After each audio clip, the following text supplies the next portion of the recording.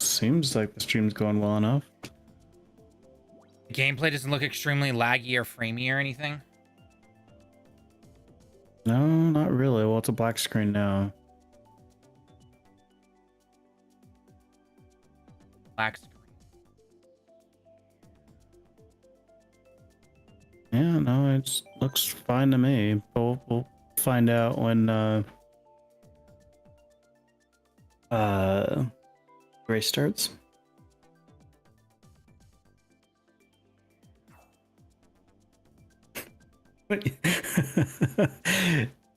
So my phone lit up. I saw it was a couple of YouTube notifications. I thought, man, there's just been so many fucking YouTube notifications these days. I'm not sure what the hell's going on. Most of those I don't care about.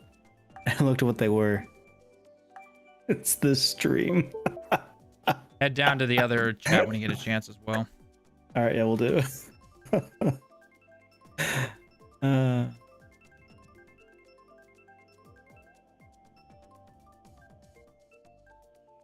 I'm back. Oh. I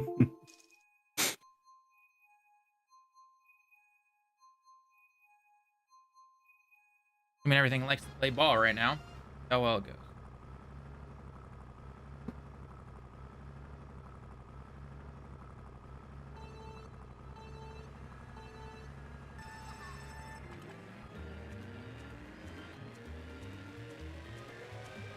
Not one goddamn block. I got 2 blocks. I got 4 mushrooms, baby. Let's go. Life just isn't fair. Yeah, you know. I guess they took pity on me after getting 11th place last time. So, you know. And unfortunately, that first place race that no one's going to see because we weren't live yet. What first place race? What are you talking about? Exactly. I didn't see a first place race. I know you didn't. I know you didn't see anything. I don't know what you're talking about.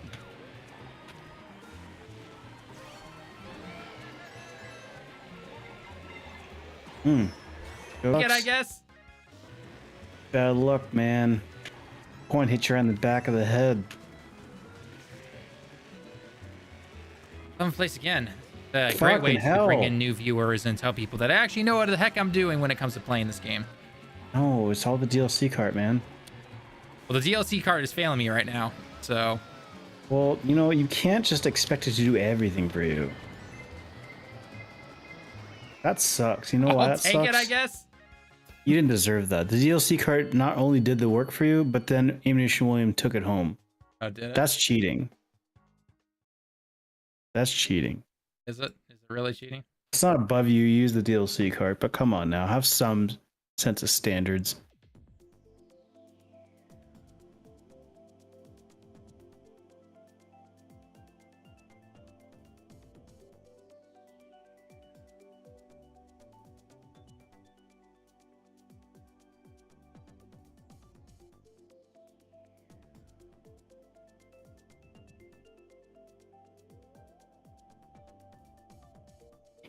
No one's choosing random. Just for you.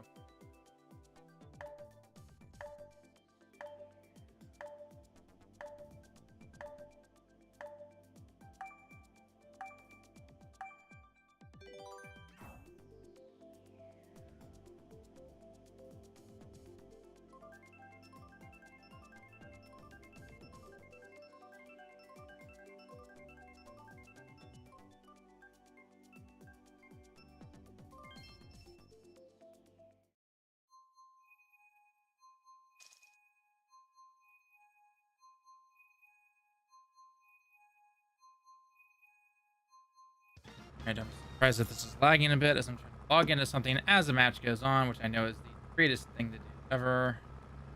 Hey man, there's no bathroom breaks in Mario Kart. You gotta hold that shit. Isn't. I know. That's not even what I'm trying to do. Close enough. Well, you know what? It makes for a great comeback clip when I am able to go from 12th into 1st. So, you know. Because that's what I do every single time. Magic. Don't worry. The DLC cart works in mysterious ways. It does. Sometimes it gives me 11th, sometimes it gives me 7th, and then just sometimes, just barely, does it give me that magical first place.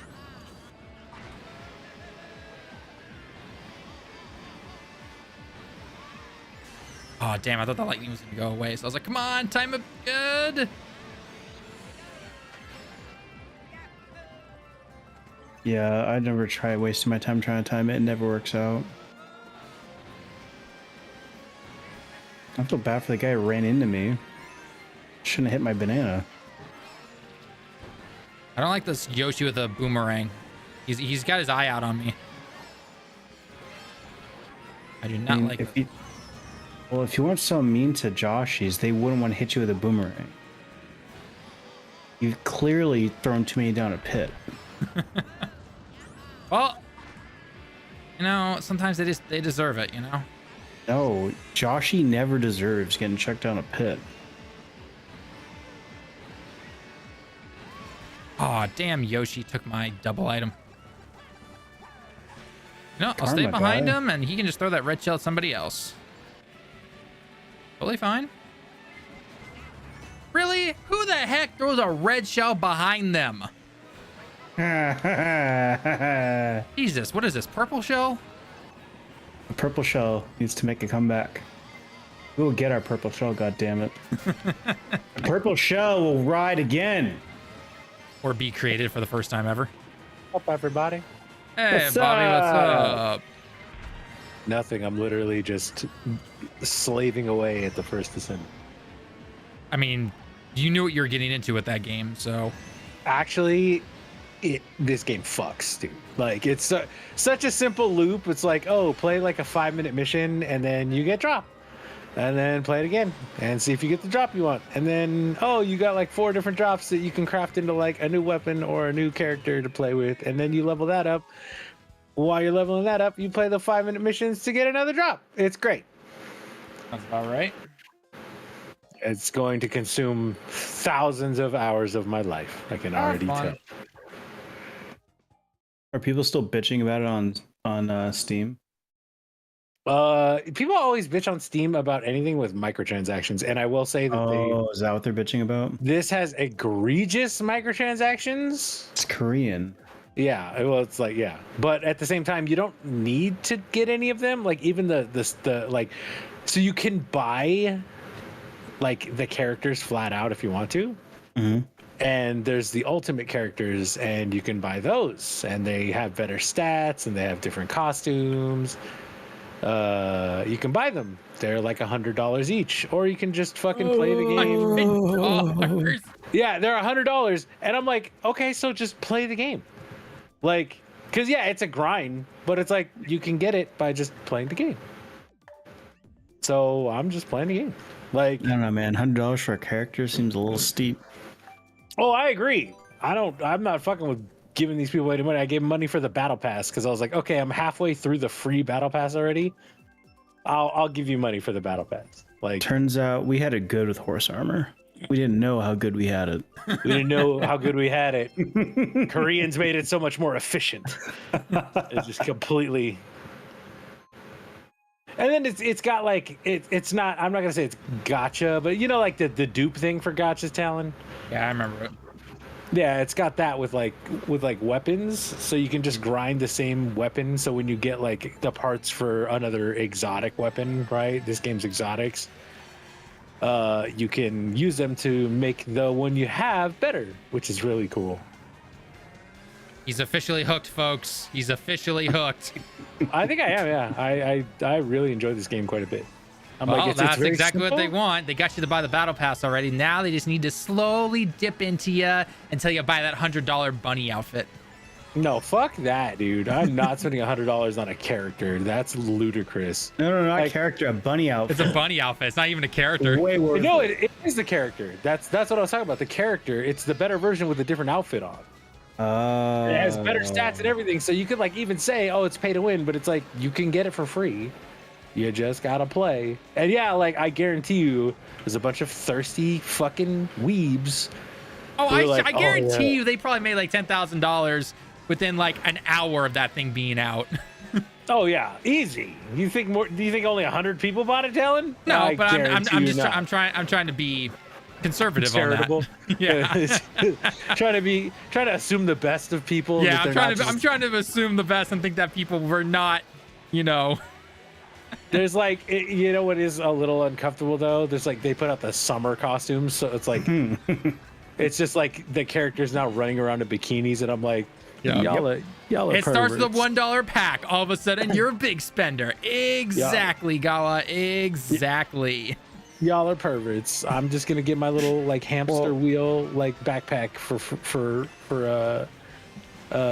like level 43 on the battle pass. Like, And they don't know how to just Google. They can't just Google that shit.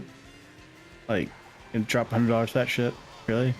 no, yeah, that's the thing. Is like I was like, oh, maybe I'll go because I really like that character, like the basic version of that character, like because her abilities are fun. Like she runs hella fast and like just does this giant AOE.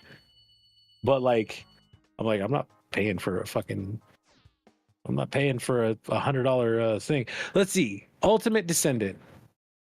Okay, so it says 3,000 Remember of the Toon's rage currency. against Lemon? Toon's What rage did I against do? Lemon. Toon and Lemon? What did Lemon do? Against Toon and Lemon. Toon Was and it Lemon. like That's an interesting combo. I don't think Toon and Lemon have ever been. Oh, they probably have like a long time ago, but I don't remember. What am I missing? What chat am I missing? That It's YouTube, the, mobile one. YouTube Short. the YouTube short chat. I Yeah. gotta open all of these, I guess. Well, that's why Yeah. I have a combined chat on my screen, so I can just see everything. Oh, we can't all have that. Yeah. Can we Well, now, you- Talon? Can actually, yes. Can we? Yeah, you download the program I'm using, and that's how you see them. Yeah, but we would all have to be logged into the account. I feel like there's a website, it's like inverse of multi-stream, where like you could just have multiple streams on. Yeah, I put a like, limit when I web browser. Gala, Tito I put a limit Riscala. when I saw Yeah. my gotcha spending surpass $100 a month. My brother in Christ, it is very rare that my video game to buy physical video game spending goes over $100 a month. Like, yeah. I don't know, like on average maybe, but like October, November, December, it's pretty much carrying the rest of the fucking year. Yeah, well, I mean, like for me, it'll be like September through like February or March usually, you know, and then it starts to get slower, like April through. Oh, July. April through July is always slow. There's maybe like one game I buy. Yeah, it used to be January through July, basically was slow, Yeah. and then everything got delayed because of COVID. And then they're like, And hey, now- let's release everything in February. Yeah, let's have the first quarter be fucking stacked too every year. Like, what do we have this year? Rebirth, Animal Well, I'm pretty sure. Yep. The Yakuza game, That or might Like a have been Dragon. something The old Yeah, Yakuza Like game, a Dragon. Dude, like two Persona, banger, like 90 all plus that games stuff, came right? out immediately in like February, right? Yeah. But I will say it's it would, even prior to the pandemic, JRPGs regularly, deployed or released. Deployed. I'm already thinking it's Monday, man. I'm already like just in that programmer mindset. They Telling you to- released in the beginning of the year, so it's not super unusual. Just so happened the big hitters this year. What'd you JRPG. say, Bobby? I heard you say my I name. was gonna say, tell your countrymen to chill their shit. Don't worry. Next year in February is gonna be pretty low key. I think the only big game coming out of Japan next year is Monster Hunter. I was gonna say, there's a very good chance that Monster Hunter is gonna be in February, so I would not call that low key at all. Yeah, there's not a whole lot bigger than Monhun guy. I don't Yeah, think what I the don't hell think you it's on coming out in about? February though. That's the thing. Like, It's like what really competes with Monster Hunter on like the huge Japanese game scale is like Final Fantasy. right? But Final Fantasy literally just came out this past year, so, or this current year. So yeah, it's not gonna. Oh God, fireballs! I'm so upset. I got the new job where I'm actually gonna be able to make money, and the Final Fantasy Pixel bundle is on sale like now and not when. How much is it right And I now? was like, no, it's like 60, but still, it's cheaper, and I would buy it if I had the money. for Final Fantasy Pixel, yeah, I mean, a game usually runs like $80 or something like that. You get like 6 games, and like I wish it would go down. Like it probably like another 5 years they'll put it down to like 50. Yep. You know, because Square. Yep. Square, Nintendo, So- all that stuff. Jesus. What I am looking forward to is Dragon Quest. Yeah, that comes out in October. October will be Expensive, Sparking Zero, something else, and Sonic Generations. Well, I mean, just anytime October, November comes around, right? Like that's when that's when all big games come out. For like for me, it's gonna be next month because next month is Astro Bot. Dude, yeah. Zelda. Astro Bot, Zelda, and something else that I was like, oh. I mean, a combination. I think there's another one. A combination of September and August. I mean, Black Myth Wukong I'm looking forward to. I just downloaded the demo for it. There's a demo for it? Mana. No, Mana. Visions of Mana. Visions of Mana looks really fun. That. And then obviously Astro Bot. And then luckily, I guess it's both a luck and a curse for me that Zelda literally releases the day that I'm starting TGS. So, Bobby, that's all you, brother. It is all you. Epic Mickey was the other one. Oh, is that September? I thought it was October. Yeah, that's 2 days before Echoes of Wisdom. Also in September, they have Ragnarok PC. Oh yeah, that's September 21st. That will and Natria, that one looks really cool. Yep. Okay, real quick, we need a moment of silence. Round of applause right here for our man over in Twitch, trying to get my 12-year-old nephew to play FF6. I wanted to play a game with a story versus, say, Roblox. You are doing God's work. You are amazing. Keep it up. Right there. Here's what you do, Gawa. Here's what you do, Gawa. You build a remake of Final Fantasy VI in Roblox. Oh god. Right? It just take like 4 years to do it. That's it? Just 4? Yeah, just 4. You know, it doesn't have to be perfect, man. It's just gotta be like kind of, the thing. Playable. Story. Yeah, playable, and it's the story, right? And they make it like, they make Roblox pretty user friendly for creation, don't they? I have no idea. I've never played it, and I never want to. When I have kids, okay, they are gonna be introduced to good games. Yeah, if I had kids, I would literally never let them play I let them play Minecraft, Fortnite, Roblox, all that would be gone. Roblox, no. Yeah. I'd be like, nope, you're not allowed to. That's what I'm saying, Gawa. I wasn't even joking. I was being serious. Like, remake it and go like, here's a new game in Roblox for you to try. Because you can make just about anything in Roblox. Like, it's pretty wild. See, from the moment they can literally open their eyes, and I'm like trying to sit with, you see those like short clips of dads who are like, they put their babies in their laps, they give them a dead controller to act like they're playing together and they're playing games. I'm gonna be putting like all the Nintendo games in front of them. I'm gonna be putting all the good stuff out there. I'm gonna be like, yes, see, this is what you need to be playing. And then I'm gonna get and they're gonna bring them up on Nintendo games, some good Sony games, PC, the whole 9 yards. It's gonna be awesome. I'm sure my wife will love that, but hey. It almost like you're gonna say brewski. Like, yeah, give him the baby a brewski. Give him the baby a brewski. I'm starting on the good beer. Just vibing with the kid, I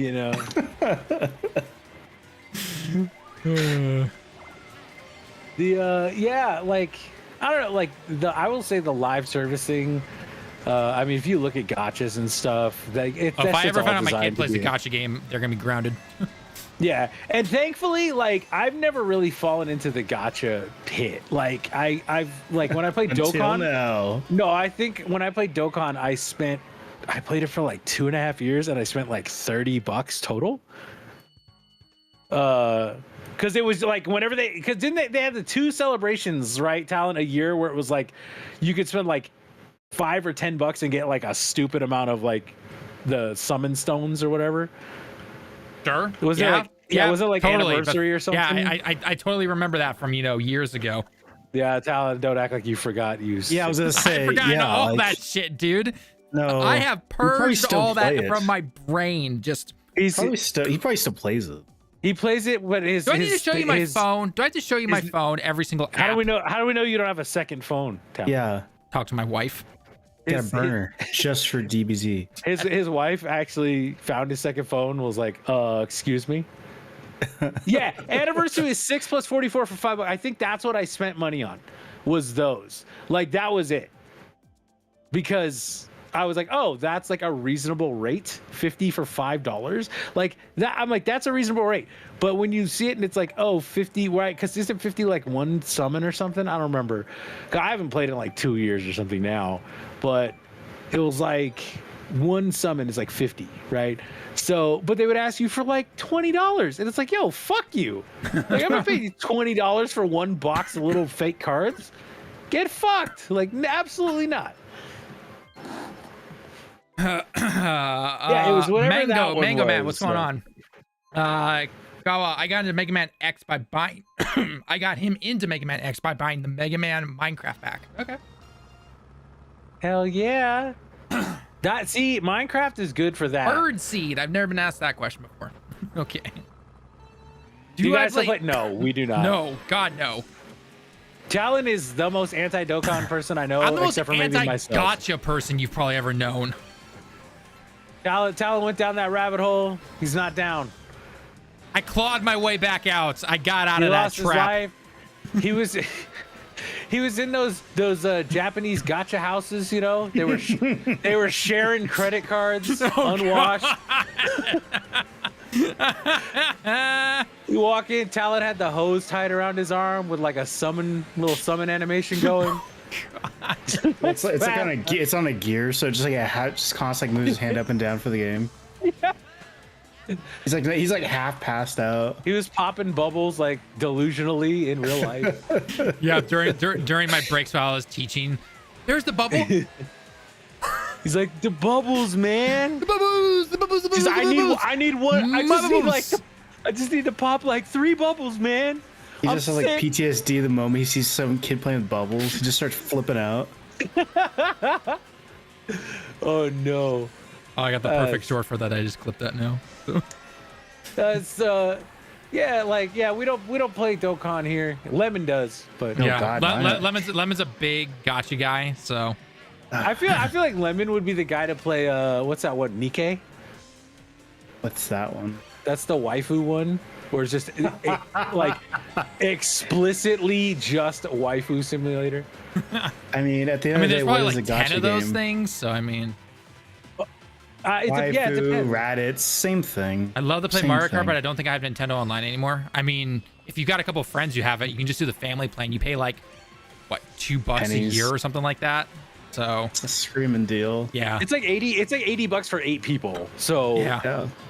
yeah, if you have friends, just be like, yo, guys, like if you have enough friends that everyone has a Switch, just do it. Like I actually told my brother, like, I was like, I'm just gonna buy the family plan, and if you want to give me like $10, like you can just hop on it. And he was like, oh shit, maybe I'll do that. So you get a bunch of cool. Alex, old you games are and stuff, 100% wrong, and you need to go sit in the corner, young man. too. What happened? He's saying I missed the shaft. What? What? What? Giggity? Question mark? No, the gotcha shaft. Oh, well, I mean, giggity?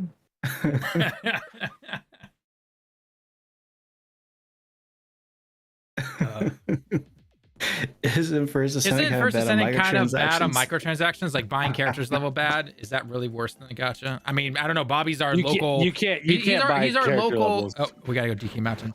See, Bobby is our new local guy who's just hooked on this stuff now. So we're gonna let him comment on that. Yeah, I would say there's not you cannot buy character levels, at least as far as I know. But yeah, no, there are some absolutely just fucking egregious microtransactions. You don't need to buy them, but they go like, oh, do you want the Ultimate Descendants? You can buy them instead of grinding them for like 20 hours. Which, I don't mind fucking grinding it for 20 hours. Like, yeah, that's just me. Do I keep an eye on it, or do I just not care about it at all? No. The only time I see anything related on any kind of social media timeline is when someone like Goresh or one of my friends posts something. Other than that, I don't see shit. So I always mess with like Toon, and it's like once every 3 months, he'll just be posting his Dokkan stuff like he does, and I'll just I'll just comment under his post and be like, "What game is this, Toon?" Like, I don't know. I need to next time you post on social media, I need to comment below, be like, hey buddy, how you doing? I heard you got like 3 big things all in a row with this whole sync thing. Is your bank account doing okay? I thought it was like $100 to buy some bunny character. No, that's you can buy the bunny character. That's what I was saying. Like, I would never do that. Or you just Google it. For free. Yeah, but then I think what those buyers want to do most likely is they want to put it up on their screen and slowly move the controller stick ever so slowly to look around. And to that I say, if you want to do that, go play Stellar Blade, because that's what everyone else does. Just walk up and down ladders. Yep. You know, I feel like that's maybe why Stellar Blade didn't like the videos didn't take off. Yeah, it's because everyone felt like a pervert playing, you know. There wasn't enough ladders in the videos, that's why. Yeah, let's be real here. No, that's how I should have started every single guide before starting. I should have just said, "What's going on, guys? Welcome back to another direct game here. Today we're gonna be taking on this boss." And during that entire time, just have the controller angled up so you're looking up, essentially. If you catch my drift, that right there probably would have gotten so many more views. That's what I'm saying is, like, I feel like that game, like, the people really celebrated that game were just like the weird gooners, you know, like. The weird, just like hyper, like everything has to be hyper sexualized or it's fucking woke. Yeah. It's like, when it came, like, oh my god, this game's censored. Oh my god. Yeah. They censored it. The cloth was an inch to the left, everyone. Oh my god. What are we gonna do? y'all a bunch of degenerates. Toon's wallet's gonna be crying. I'm pretty sure Toon's wallet cries every single month. It's gonna be extra crying is what's gonna happen. Toon's wallet is just like, I don't know. I feel like Toon's wallet is like emaciated, you know, like it's tied up, like it's, you know, like a prisoner, or it's been beaten so much that it doesn't feel pain anymore. It's like, yeah, Toon's wallet is like Reek from Game of Thrones, you know. It's just so mentally broken at this point. Oh damn, dude, that's dirty. You just did him dirty. Lag. Oh, no. I mean, the fact that it's an option is bad. Gotcha, you can technically grind the currency too, so it's kind of the same. Yeah, but I mean, so the one thing I'll say is that when it comes to your typical mobile gacha stuff, that stuff is technically like, yes, you can grind some currency, but you get like 1/64th of what you need to actually get what you want from any of those summon stuff. Almost like it's intentional. I know, right? It's crazy. I never would have thought of that. Oh, I did not hit that. Yeah, personally, I don't mind because, like, if you play a gacha, right? Let's use Dokkan as the example, right? The big thing that really got me to just like stop playing Dokkan was, no, it was just like some new units came out, and I think I stopped playing when they had that Cell Max event, right? And the new units could not complete the Cell Max event without being completely like 100%ed. And so I was like, all right, I'm done. Like because I know what you're trying to do. You're trying to get me to spend money to make sure that I can beat this event that's supposed to be your new piece of content. Yeah. So, well, Flock, unfortunately, this is the reality that we live in, because thanks to mobile gaming and things like Fortnite and everything going free to play, we now live in a world where a lot of games go free to play, and they have all these predatory things. Where back in my day, we used to have games that actually just, you know, let you farm for the things you want. You play the game, you unlock stuff like a normal gamer did back in the days. But now we've got all this shit right now. So you know what? Get what we have. Also, Okay, Flock, you play Destiny 2, which is basically a subscription service and pay to win. So, like, yeah, buddy. Like, I hate to break this to you, man. That's the state of games, and you play one of the biggest ones. Like, I play it too. I'm not the one who's going like, well, you shouldn't be any microtransaction. It's like, dude, there's microtransactions nowadays. It sucks. Yeah, you think fucking Prismatic Hunter and Crucible is not a huge advantage, and you need to pay for the DLC for that? That is pay to win, my guy. I hate to break it to you. That class is so broken for the Crucible. Man. Disney, I know you're probably not in here anymore, but you need to chill, take a chill pill, man. Come on, relax a bit. We're just having fun here.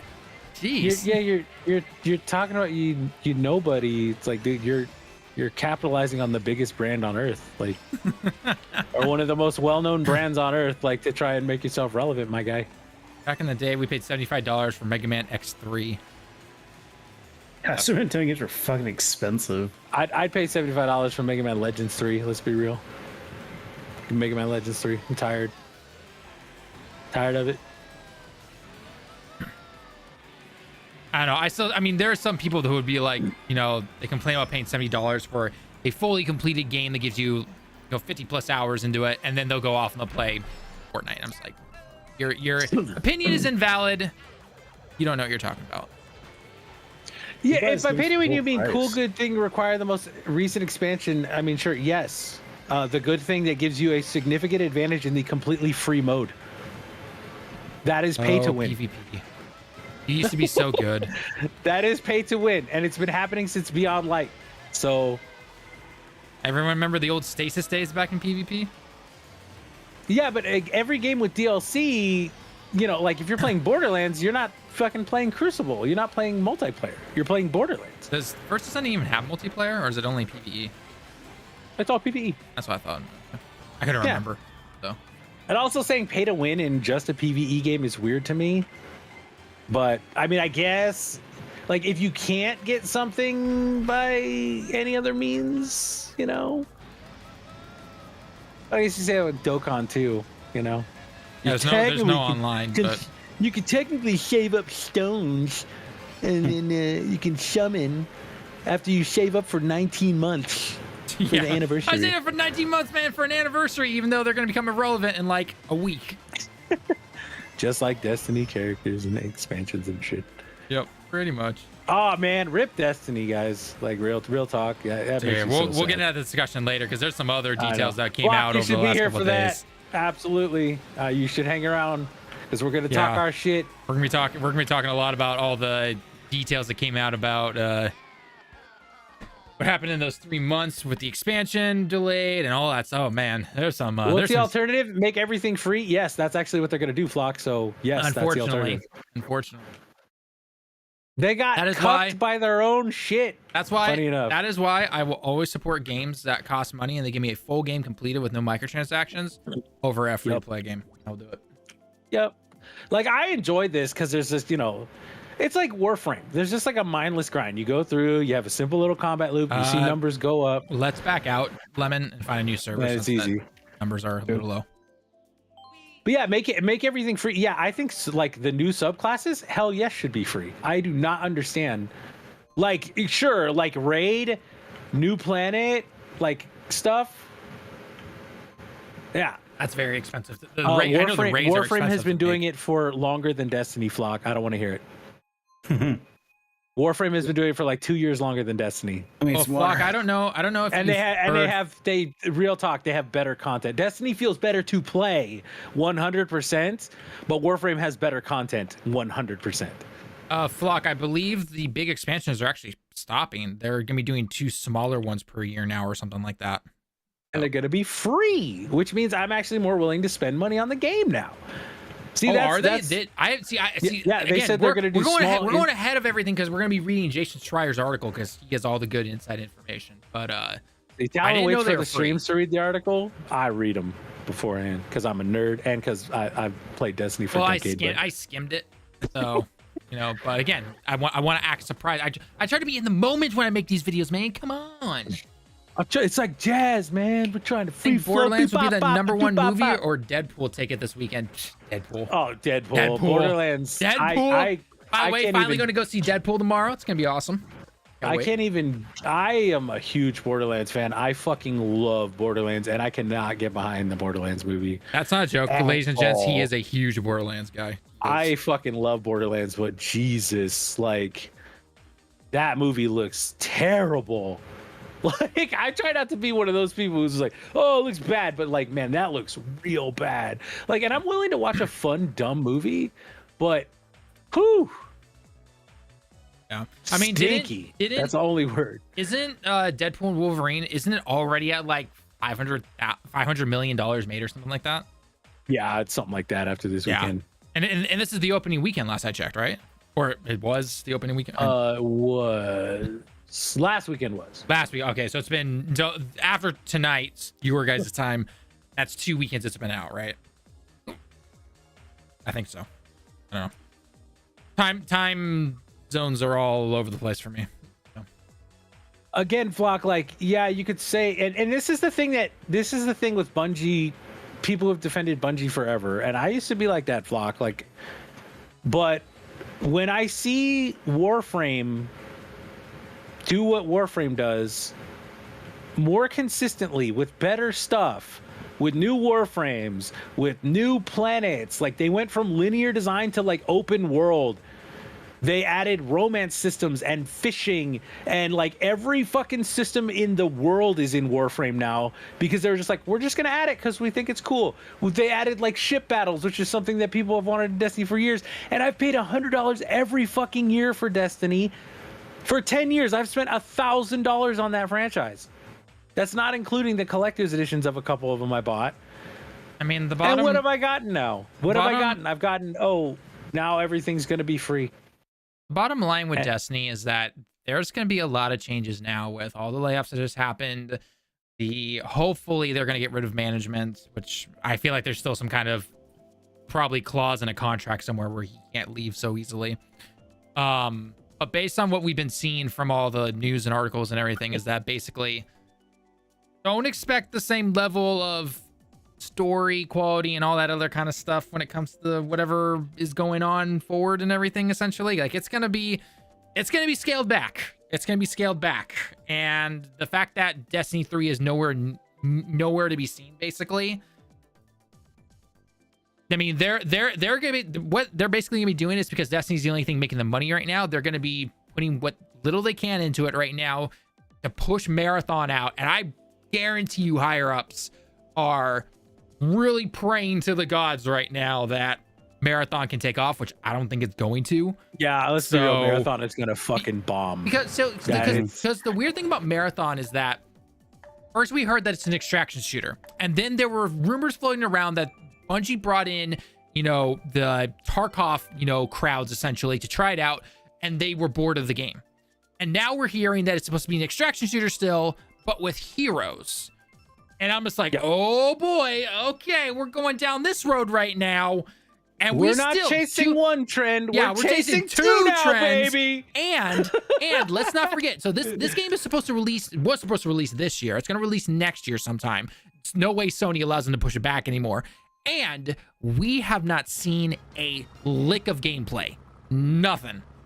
That should be true. very, They've been talking about it for like 3 years. Concerning, essentially, is all I'm saying.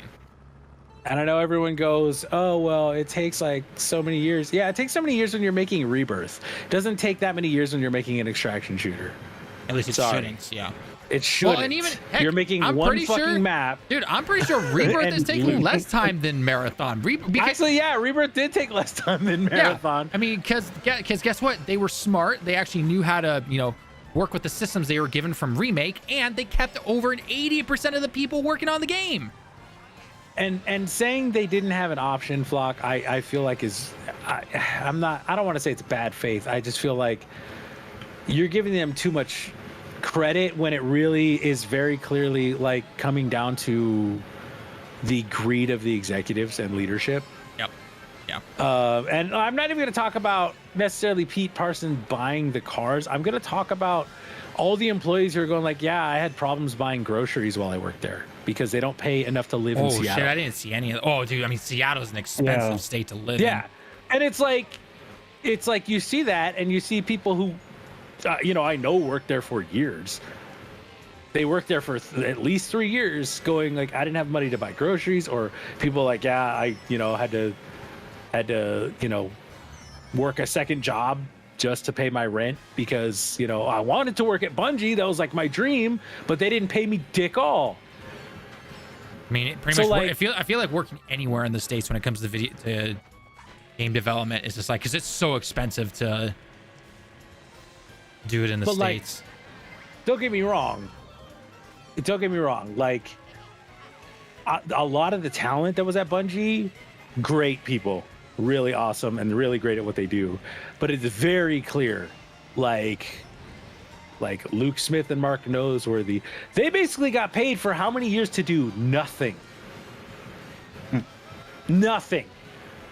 Like, oh, we're coming up with a... Doesn't everyone hate Luke in the Destiny do community? not care for Luke. Yeah, Luke's the worst. I don't even know who we're talking about, Lemon. I know.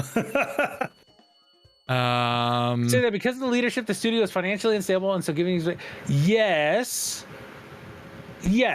but Mango Man says, "Are you gonna play Silent Hill?" Okay, hold on. Let me address Flock and then Mango Man, because Mango Man has some good stats for us. Flock basically shot themselves in the foot. Well, yes, but a lot of that is too, like, they built that studio, which probably cost them at least $100 million, and then they closed it down in under a year, which I didn't know about. I didn't know that they closed that new studio that they built, that they were all like, we're building a brand new headquarters in the heart of Seattle to make sure everyone has a great place to work when we come back after COVID. And then they closed it the fuck down. Like, holy shit, how do you fuck up like that? I can't, like that, I cannot believe. That is just piss ass poor management. And right now, honestly, I'm hoping Sony looks, I hope there's some clause that Pete Patterson gets, $30-50 million, the GTFO fee. They just look at it and go, all right, we'll just give it to him. Get the fuck out of here. We don't want anything to do with you. Well, especially with the new CEOs in charge now, especially the one over here in Japan. And that dude is big on numbers. He's like, if the numbers are not where they need to be, he will fire your ass. Like, but he doesn't have anything to do with it. He's hardware. Unfortunately, they have split roles, and I assume that him and Herman Hulst have those conversations. Oh yeah. But at the end of the day, I'm hoping at least Herman Hulst just goes, "Yo, Pete Parsons, fuck you. Yeah, get out." Like, their entire C-suite. So Mango, he said that Deadpool and Wolverine is at 824 million. Oh yeah, that's reaching $1 billion. Yeah, worldwide. Yeah, that'll reach $1 billion. Weekend, easily. Easy. Was there any doubt in that though? It's a Marvel movie. Don't they regularly hit stupid high numbers? Not since Spider-Man, I think. Not since Spider-Man, which was like 2-3 years ago. Which Spider-Man? The No Way Home. Oh, I think you're talking a good one. Are you guys gonna play Silent Hill 2 remake when it comes out? I probably will. I don't know about you. Yeah, I'll play it. It's good, right? When is it coming out? We don't know yet. Oh, okay. I don't think there's an official date. It's a Sony license, right? It's a exclusivity for Sony or something. I think so. Man.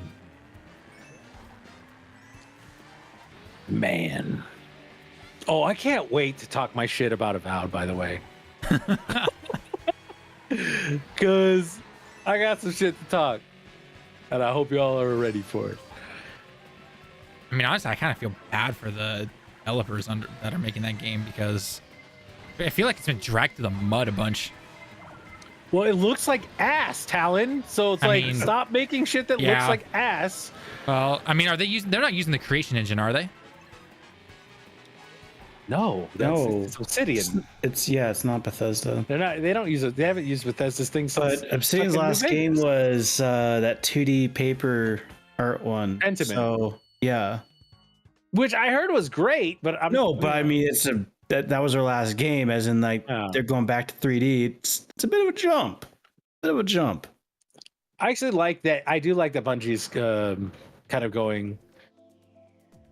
Yeah, exactly, Flock. That's me. Like, I'm gonna go back when they have their content drops. I'm gonna go back. Like, I'll finish this season when, they get the last 3 weeks or whatever, where everything's like you can just do everything. That's when I'll go back, because I got that sidearm that's really good, and I checked out Act 2. I haven't, because I just didn't care. I haven't touched the game since I think since we finally did the raid for the first time. Mango Man says PS5 exclusive for 1 year. Silent Hill 2. That's okay. Yep, that makes sense. Okay. And speaking of exclusivity, oh man, okay. So I don't know if this is official. I want the race to start before I start to talk about this, but just for Lemon and Bobby in here, you obviously saw the post when you guys woke up this morning, right? That I quoted and everything from Insider Games about the games, Black Myth Wukong and Phantom Blade, I'm assuming, Mhm. right? So Yeah. again, I don't know how legit the source is, because a lot of people are calling into question, because I guess it was at that China 2020 2024 Oh, you're talking event. the guy. There's zero sources, and they actually made it up. That guy. Well, is that what, Insider Gamers? Come on.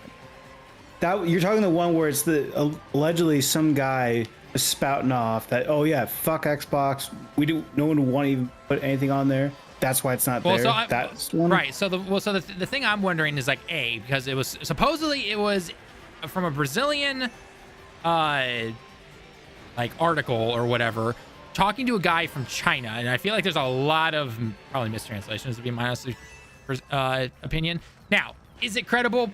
Probably Not at not, all. but If it's from Insider Gaming, I actually believe it. Now, I'm not saying the guy's necessarily right, but Insider Gaming doesn't just make shit up ever. yeah, they don't. That is another thing as well. Insider Gaming never makes shit up. Yeah. They are extremely reliable. They vet their sources. Like, and I'm not saying the guy's not kind of a dick for, like, really, like he said the quiet part out loud, because a lot of people are feeling like, is this ecosystem worth our time? But we're going to keep it alive because it's technically still alive. And Microsoft it's from a will pay developer, us. right? It's from a developer that said that. And it's a dev. Like, it's not like the CEO of like EA was like, yeah, fuck Xbox, like Andrew Wilson. Right, and it's not a dev who's from, like EA or something like that. They're from the new studios over in China right now making all these games. And honestly, they're probably just like, wait, are there rules or something? I don't care, whatever. I'm just gonna say whatever I want, basically. Well, yeah, and Asia doesn't give a shit about Xbox. So. Oh yeah, no, they don't. So like, let's be real here. But man, when I saw that quote though, I was just like, damn! Just saying the quiet part out loud, like, damn. Yeah, that was rough. That was rough. That was rough. It's I mean, he's not wrong though. I mean, especially when the sales aren't there. Yeah, that's the thing. It's like, and Microsoft fostered that environment of Game Pass. So if you're a Microsoft consumer, you're like, okay, then I'll just try and wait if it comes on Game Pass. Like, Lemon, how many Xbox games do you buy? From the series or like in the last 4 years. For the series, how many? None. For the Xbone, I bought a number of them. It's like the Master Chief Collection, Rare Replay. So basically, since Game Pass became day and date, and that really started becoming their push, you've been like, fuck it, I'm not gonna buy games because I got Game Pass. So I actually just saw this earlier. So Phantom Blade released a statement regarding the release platforms and strategy for Phantom Blade Zero, debunks false developer interview reports. Okay, so they debunked it already. Okay. It sounded like an absolute clout chasing article. Not that they're wrong. Not that I'm sure a majority of those devs on that team probably think that, but the whole thing just screamed clout chasing. Well, yeah, I mean, there's always... It's a bad look because you don't want to be burning bridges. Even as easy as it is with Microsoft, you probably don't want to be burning bridges. I will burn all my bridges until they make a good game. But you don't have to depend on Microsoft. They might. Oh, yeah, that's actually true. Like, do they need to rely on? Why would they need to rely on Microsoft? It could also just be PR. They could just be like, hey, it's Bill, bad, shut the fuck PR up. with Like, 3 weeks before your game releases. That I could understand. But why would they rely on Microsoft? That's my question. Because Microsoft's a vastly bigger company talent than just Xbox. And not that, I mean, there's a real issue across all of corporate America for getting back at people. People hold grudges for the stupidest of things. yeah, but here's the thing with Microsoft. Like, why would they hold a grudge when they know they can go, oh, yeah, sure. We'll let you use our Azure. We don't give a fuck about Xbox anyway. I mean, Man, they don't as it is. I don't know. I'm just saying it's really generally frowned upon to shit talk like that in public. Unless you're straight up like Linus Torvalds and NVIDIA. That's about Unless you're Lemon on this stream. Oh, I'll talk shit all the goddamn day. It's the power of the anonymous internet. They don't know where I am. They do, though. So here's his address: 1234 Bulletin Board. 123 Fake Street.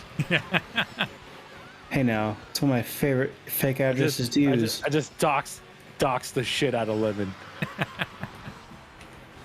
Now we're gonna get demonetized. I was about to say, good job, you just got demonetized. Playing 4D chess over here.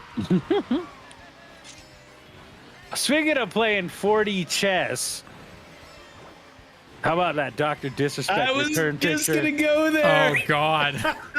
Well, okay. You kids are playing checkers. So that came out. So that came out when I was still on my honeymoon. So I got a very quick glimpse of it. What the f happened? Nothing happened. He's becoming a right-wing grifter. That's how this works out. Oh, okay. Yeah, when people get exposed for pederasty, excuse my language. Just throw in a couple of extra vowels and you make it sound different and you won't get demonetized. So don't worry. Yeah, it's I'm using the technical term, you know, not trying to denigrate anybody. I'm just saying the scientific term of the phenomenon that is inexcusable and disgusting. Yeah, when you get exposed for that, now the number one thing is like, oh, well, it's the woke left is they're trying to kibosh my career because they don't like that I'm too based. It's like, no, dude, we don't like people diddling kids, man.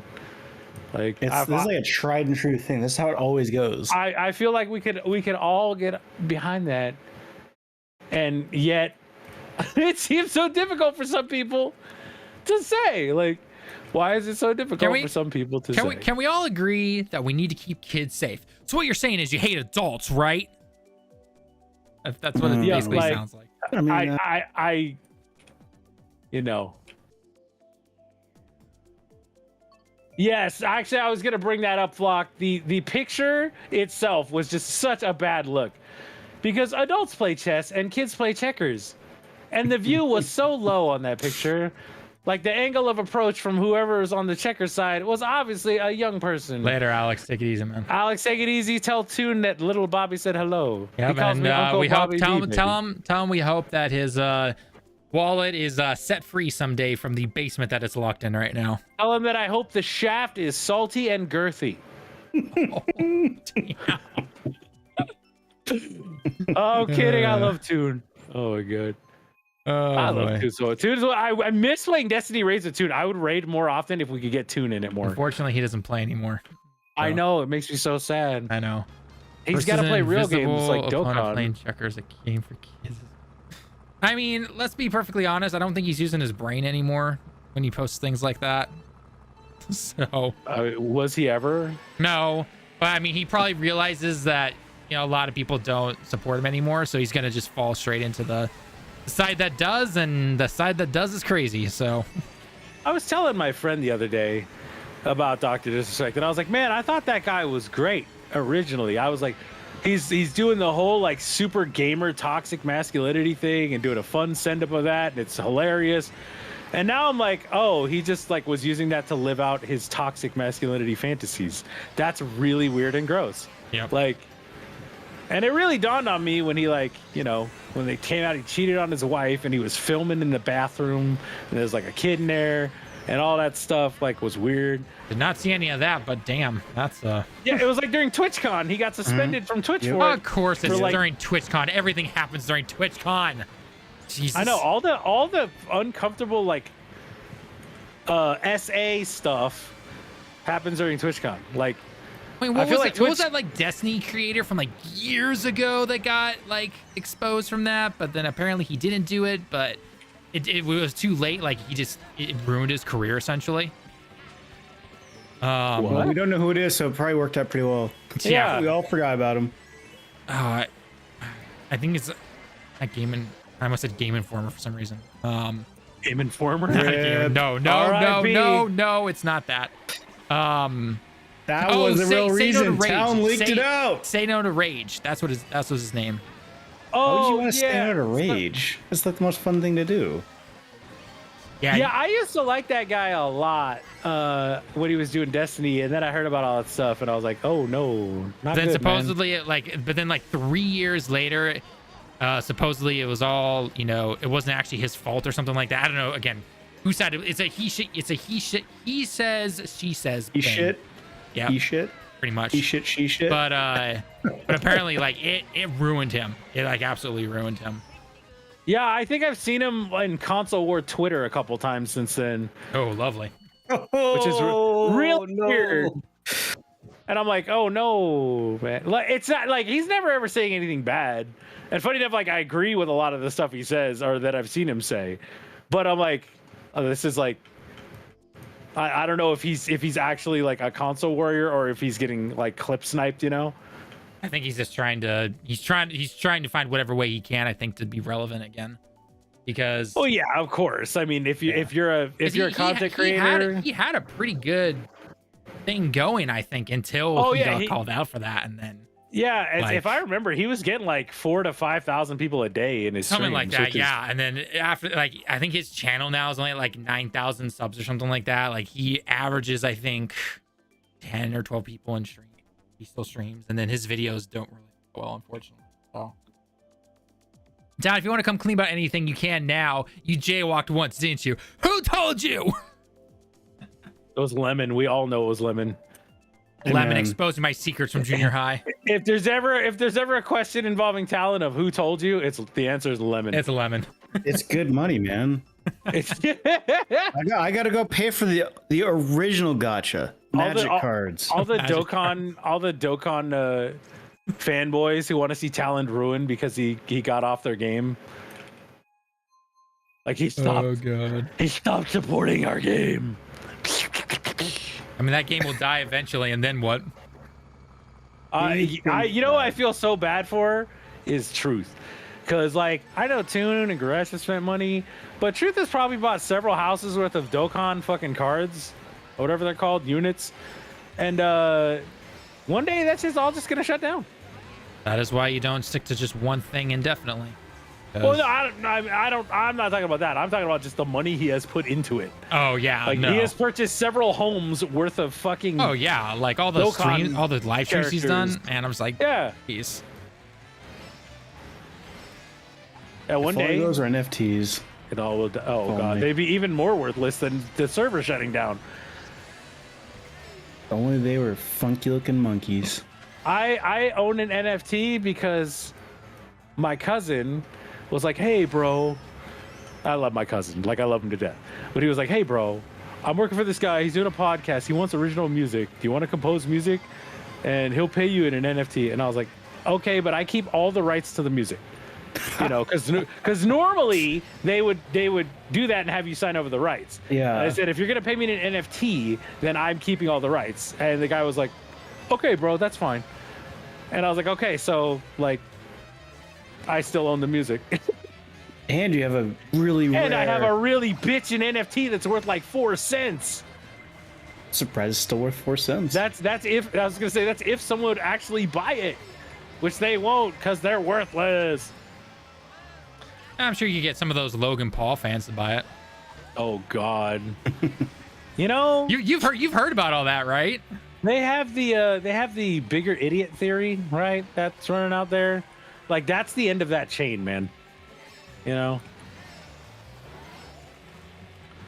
Oh, I forgot I have this gun equipped. Hell yeah. This thing is the shit.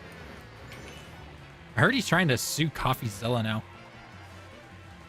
Yeah, because CoffeeZilla outed him. How could CoffeeZilla do that? Super not cool. I know, right? How could you expose my scam where I was scamming like 20-year-olds for a shitload of money?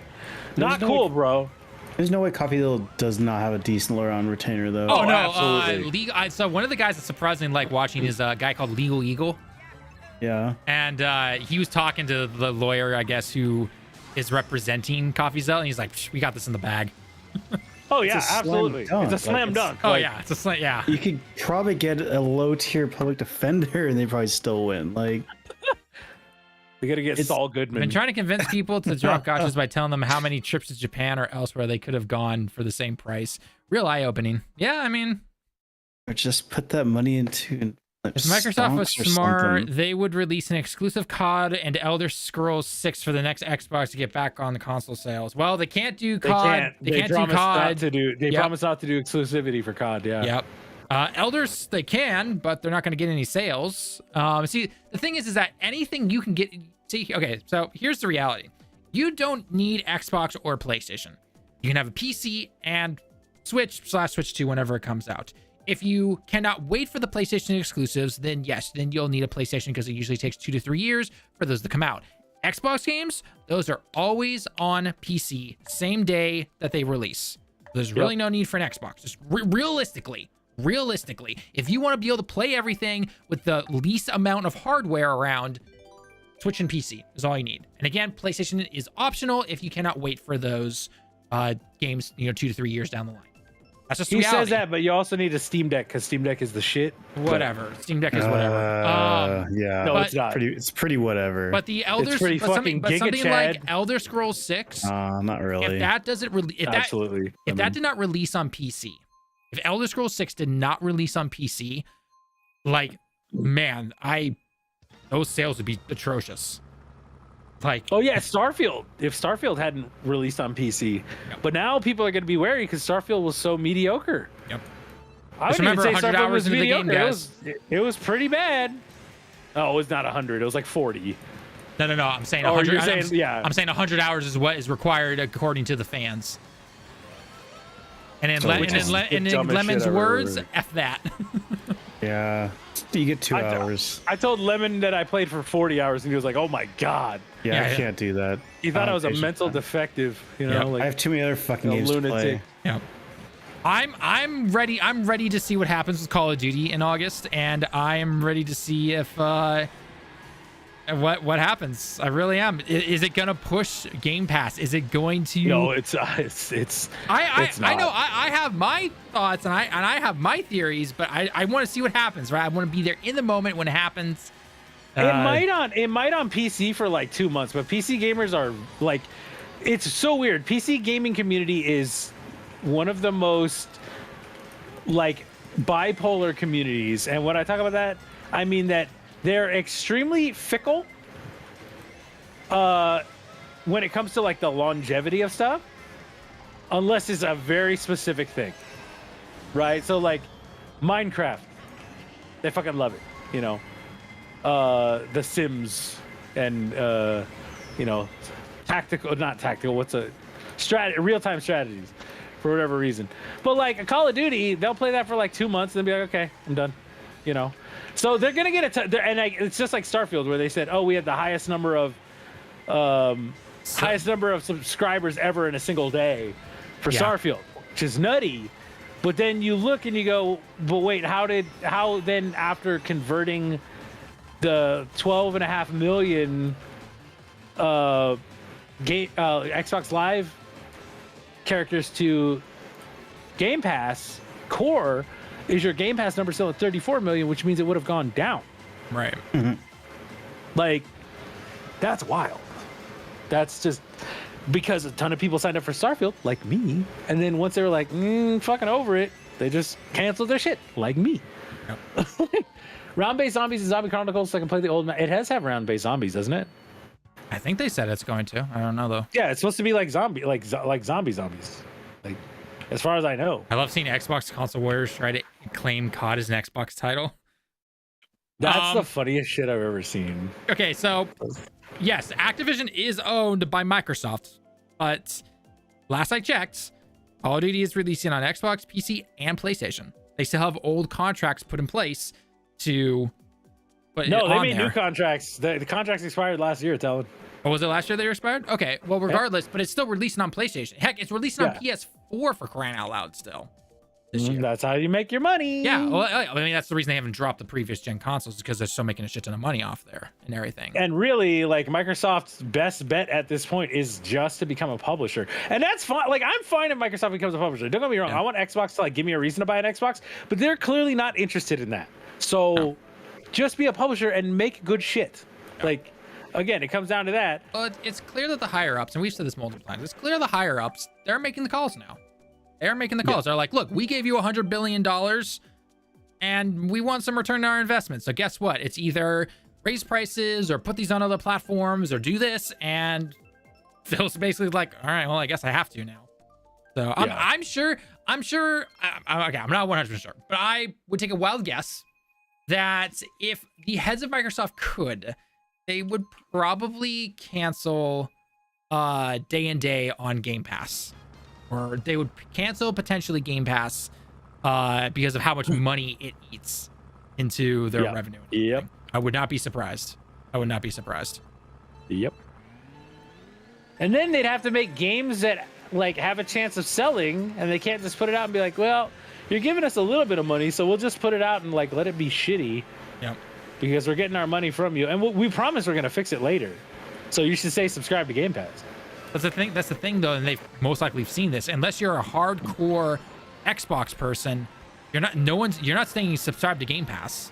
That's why their numbers have flattened essentially. Yeah. So, because if you don't have a constant flow of content coming out, then guess what?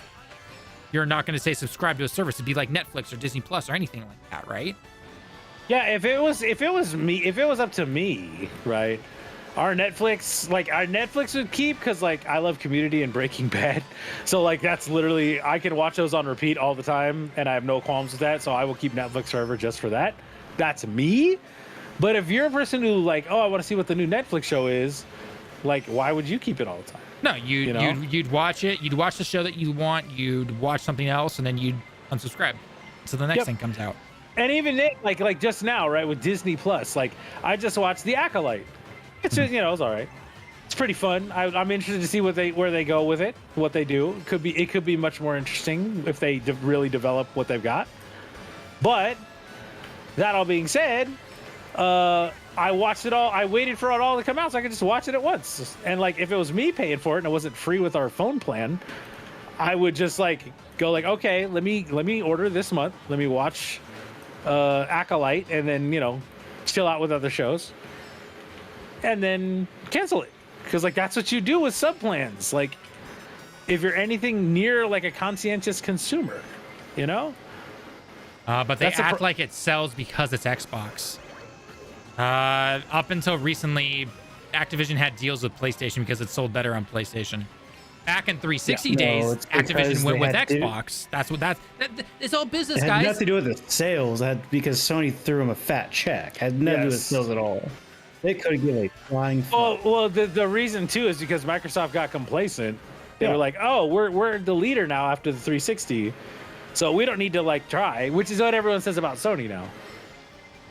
Star Wars Theory can suck every part of my ass, Flock. Sorry, everybody, but that guy sucks. I haven't seen any of his videos since that guy's 7 years ago or something like that. He's just an awful person. Okay.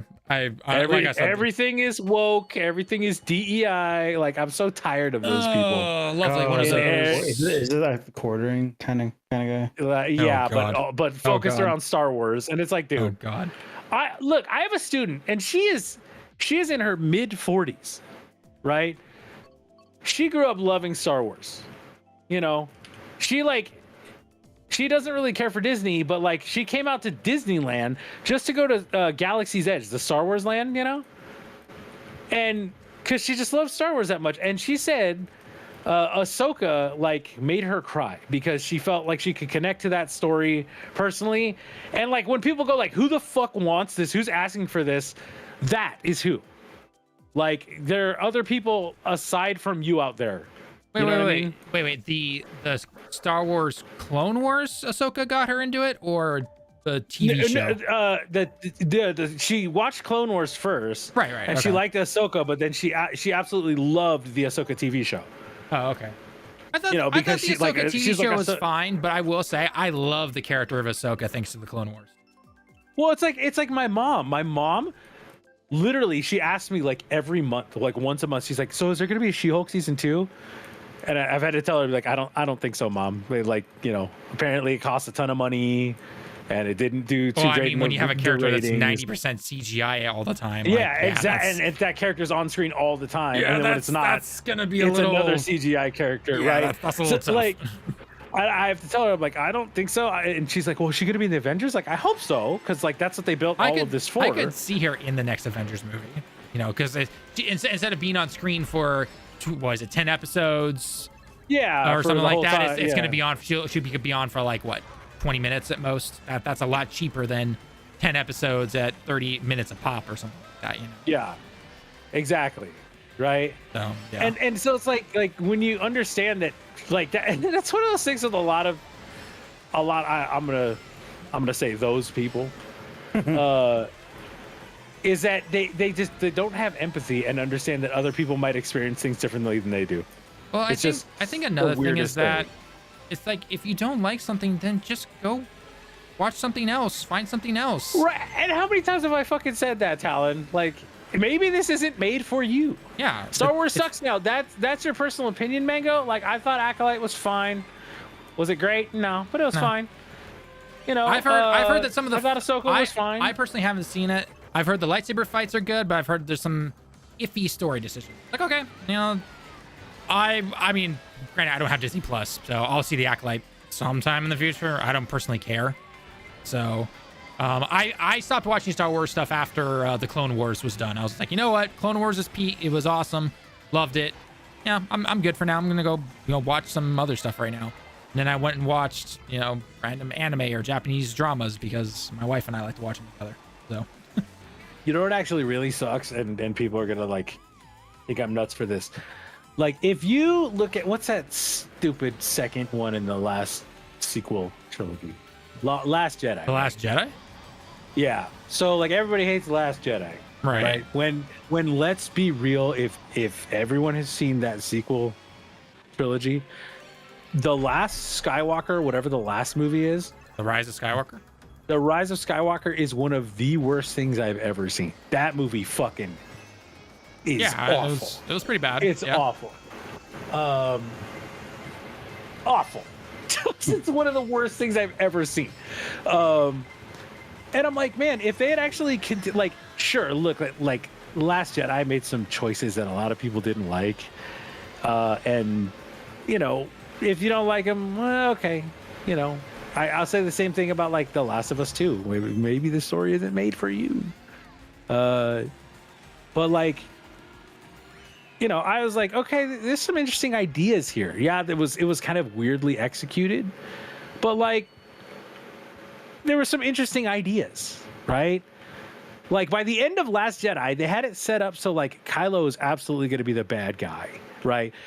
He killed, scary Snoke. Like we should have learned what Snoke was from, not from a mason jar or whatever. But like, yeah, they were like, okay, instead of everything, we're just gonna bring back Palpatine. Well, it shows the whole like you didn't have a plan from the beginning, right? Which is fine because Rian Johnson kind of wove those threads together to create an ending. Well, and I think it's just, again, there was the thing with no plan though is that like, I'm not saying you have to have it completely done 100% from the beginning when movie 7 came out, but having a general idea of like, your bad guy, right? Like what's his background? It's just some very basic stuff, right? Yeah. Like that could have helped it a lot. So, and flock to your Ahsoka thing. Yeah, she's annoying in the first couple of seasons of the Clone Wars TV show, but trust me, she's like 11. Yeah, she's 11, right? She's a kid. She's a kid. But trust me, season 3 and on, she's amazing. Especially season 7. Love her in season 7. She's amazing. Let us not be the one to try and claim that we were not annoying at 11. Oh, dude, every single person in existence from the age 11 to the age of 15 had their annoying time. I don't care who you are, it doesn't matter. Yeah. Every single person had their annoying moment. Wasn't me. You know why? It's because those hormones. It's called hormones. It's called you becoming a teenager and you're in middle school. Your brain just turns off because your hormones are like the only thing that runs your body. Pretty much. Look, I teach kids, and literally I've taught kids who like they start with me when they're like, 8 or 9, and then they go with me until they're like 13 or 14, and by the time they're like 13 or 14, they're just like, ugh. Certain people never grow out of that phase. That is 100% true, Flock. I'm not gonna get any deeper into that, but that's 100% true. I went back and finished Clone Wars when I got stupid heart. When got later seasons, where it got, I don't know. I can't read that fucking little emote thing in the YouTube chat. Stupid. But yeah, I went back and finished Clone Wars when it got to the later seasons, though. Oh, when it got to the later seasons. Okay. Yeah. I mean, because the Clone Wars is awesome in the later seasons. So I think I'm almost 40 on this. Oh, I am 40. Let's go. All right, now it's time to switch my character because I got to level 4. Time to level another character to 40. Literal mindless grind. It's great. We'll do It's a couple fucking more great. races and then we'll get into the topics for the stream. So Speaking of topic, I'm kidding. I had nothing to say. well, I figured we'll go with the Avowed first because I know Bobby, you've got some words for that, and then we'll go into the extra stuff about all the Bungie stuff from Jason Schreier. Yes, on Shrere. Yep. All right. Because I definitely believe him when it comes to his articles. I mean, the dude's got pretty much 100% accuracy when it comes to. Yeah, he's like, it's so funny when people talk about games journalists. They're like, oh, Jason Schreier's games journalist. Like, I'm like, yo, Jason Schreier is the guy who is always right. Yeah, like he's actually So- legit. Are there certain game journalists who will definitely try to just farm clicks and everything? Yeah. Looking at you, Yes. IGN saying that Deadpool and Wolverine learned all the wrong reasons from the MCU. I'm like, what? Wait, what? Yeah, there's an Oh article. yeah, that that was absolutely like stupid. yeah, Like, you can't, like, it's. yeah, it's. I don't know. I'll let you describe it to Lemon. Yeah, it's just they're going like, oh, they used all the cameos because that's the MCU does. It's like, well, yeah, and it's also like, you know, we're still in the multiverse saga, so you know that makes sense. Not to mention it's Deadpool who literally fourth wall breaks and it's Yeah, Deadpool. who knows that he's in a comic and like, Yep. you know, he, Oh god, all the funny. I saw that short though of that couple that said like this isn't a family movie, and I was like, Oh, I saw that. That it's was pretty good. freaking Deadpool. I think it's fake. No, I think it's fake. but- It's gotta that's either fake or they're so brain rotted with the weird Christianity thing that okay, you guys haven't seen the movie, I'm gonna say a line that doesn't spoil anything. But at one point Deadpool says, yeah, I marvel Jesus, you know. Right. And so I'm thinking that insane right Christians are just like, that's blasphemous. You know, like are you stupid? Like what the hell is wrong with you? God. Paul Tassi, the GOAT. I don't know. Paul Tassi, I sometimes agree with, and other times it's like, I don't Paul agree. Tassi, I love Paul Tassi. I think Paul Tassi is one of the funniest fucking memers on Twitter, and I think that he's actually, you know, he's actually a solid writer in the fact that he can get like 5 things out a day. But man, if you watch his YouTube channel, that guy has the charisma of a wet sack. Like, and I love that guy. And I'm not trying to be mean, but he's like, so there's been a new development within Bungie where Pete Parsons bought a bunch of cars. And I just think this isn't really fair to everybody. And I'm like, dude, you're a fantastic writer and all that, but like It does you not. gotta It does work on not translate to videos. And I get it. He has a kid, but even before that, I was just like, Paul, you gotta like work on like being a little more up, man. You know, Have a little more energy in the so a little delivery bit there. more energy. Yeah. He's like, so I'm playing Destiny, and I got the new gun, and I'm just wondering where the season goes from here. It's like Paul, come on, man. Oh, buddy, my We're- man. we're Like, come on. more upbeat. Like run before you record a video, Paul. Get up, run a lap around your building. You know, like get that blood pumping a little bit. Cameos exist to explain why the Fox Marvel universe died, while also still shining into the MCU. Yes. Lemon, did you see Deadpool? Which one? I saw the first 2. The new one. Why would I ask you about the first I one? don't know. You just said Deadpool. I only Can we saw- refer to Deadpool as DP and just make it meta? Go for it. Oh, you know what's really funny? My mom was telling me about her friend. Uh-oh. And she was like, Uh-oh. my friend is so weird. She's like, she calls Dr. Pepper DPs. So every time I'm at her house, she goes, hey, do you want a DP? And I'm like, Teresa, that's no. Oh my god. So now we bought Diet Dr. Pepper. So I'm like, Some Mom, I'm gonna. DDP? Yeah, Mom, I'm gonna take a DP for the road if you don't mind. No.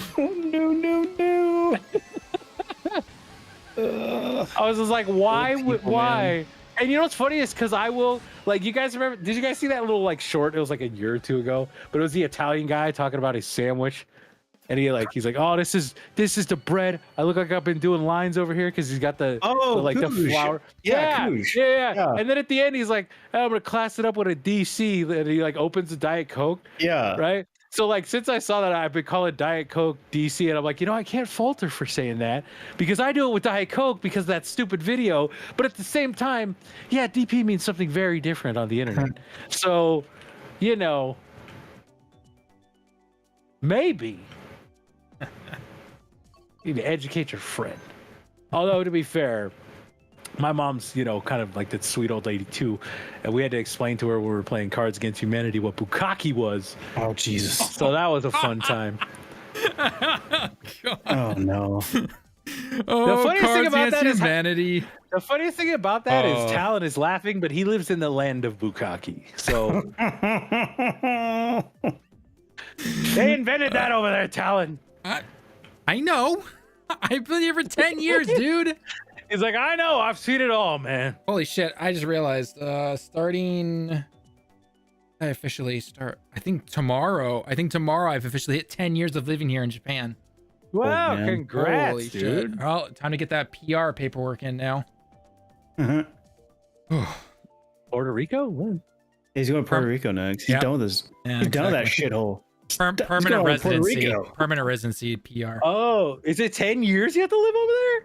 It depends. So there's lots of different ways to go about it. So if you want the easiest route, you would basically be a PhD with a doctor who's fluent in Japanese coming over from somewhere, and you'd be here for like a year, and then you can get it. I know, easiest, right? Most people will go between 7 to 10 years. 10 is kind of like the sweet spot that they'll actually take you serious. Where, you prove, because you have to prove obviously that you've paid taxes the entire time, you've never been late on something, you've worked a job consistently, all that kind of stuff. So I obviously have all that stuff. And so it's been 10 years now, and it's time to apply for be permanent residence. I mean, it also helps now that I'm married to, my wife, who is obviously Japanese and she grew up here her entire life, but that's not a guarantee anymore. That used to be the thing that most people would do. They get married and they get it, and then like a year later they divorce. Yeah. So, but I've been here for 10 years. I have all those records, and on top of it, I'm married. So, and we can prove that it wasn't like, we got married at, right before me applying, because we dated for 3 years and then we got married. So like, yeah. Hey, Vork, how's it going? Hi, Vork. Welcome. Vork 88. Were you born in 88? I was wondering about people's names like that. It's one of two things. Either A, it has to do with some kind of important day, favorite number, or their name is taken, and so they need to throw a number on the end of it so that they can keep their name. Obviously, Mango Man was born in the year 8000. Oh, clearly, yes. Thank you, Flock. All right, guys, I have a confession to make. Yes. I was not born in the year 5. All right, just FYI. I'm old, but I Close. ain't that old. 89. Okay, so you're 2 years older than me. Okay. All right, my dudes, I'm gonna jump off. I had work tomorrow. Sunday. All right, take it easy, man. See you, dudes. Yeah, you started late, Talon. Well, Yeah. tell that to my computer and. I know Chid said he's having problems with his computer. I didn't know that. I gotta ask him what's going on.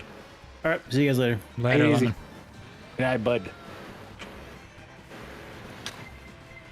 Like, every time I want to stream and be able to get this all good going at a decent time and everything, something always happens. Speaking of late, Flock is leaving us. Flock is leaving. Rolls off the tongue. Vork 88. I guess it does. Do I have a locked-in plan for the raid? I will not be there. I'll be grinding out Descendants, but... Oh, you're not leaving? Oh, speaking of late, do we have a locked-in plan for the raid? Yeah, that's true. That's towards me. I'm Skywalker's still trying to hear back from people I messaged. So as of right now, we're looking at Wednesday potentially, but maybe Thursday or Friday. I'm not sure yet though. So I wouldn't even say that Rise of Skywalker was fan service, Mango, it just was awful. Like It all wasn't of a good. sudden, It was real rushed and everything. like why all of a sudden, like, because I didn't get a like.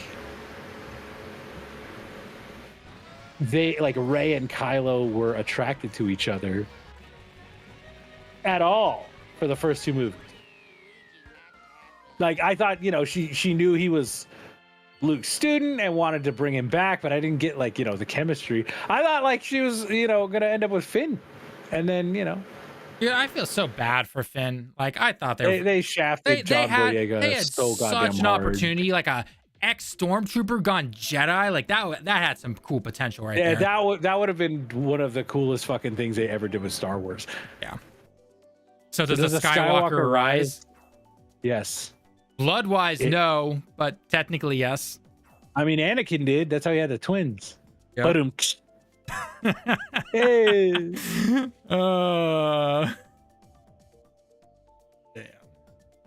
This is what it was obvious Hollywood movie, hot lady, hot dude. Yeah. I mean, didn't movie 8 isn't that what got Adam Driver that meme? The whole shirt off meme or something like that? Again, I got him the more meme. Yeah, that too. Yeah. More. Which is one of the best memes. Yes. But and he's actually see the thing is that, which I think unfortunately a lot of people look past, or I should say not most. I should say like the crazies on the internet, is that the majority of the people in those movies, like they are good actors. They're actually good actors. They just were not given the best scripts, unfortunately. And I think like everyone, like, remember what's it called? Liam Neeson was in episode 1. Like, yeah, Liam right? Neeson's fantastic. Yeah. Ewan McGregor is fantastic. Yeah. Like, and yeah, they are good at, like, I feel the worst for what's his name, Hayden Christensen. That guy got fucked over, man. Unfortunately, yeah. Although not as bad as Jake Lloyd. The kid, Anakin. That kid who basically lost his mind because he was harassed every day for like 15 years. And that was pre-internet. Yeah, that was like Jeez. people sending letter bombs to his house. Like, Jesus. That's like, it's a kid, man. Kylo's a What's wrong Disney with you princess people? after all. Kylo is a Disney princess. Actually, it's not Kylo, it's Adam Driver. Yeah. That's the thing, Acolyte. everyone was, from Acolyte was fine. There was nothing wrong with Acolyte. It wasn't great, but yeah. Like from what I see from normal people, I should say, it's like a 6.5 to a 7 out of 10. Like it's got its moments, but it's nothing special. Acolyte? Yeah, Acolyte.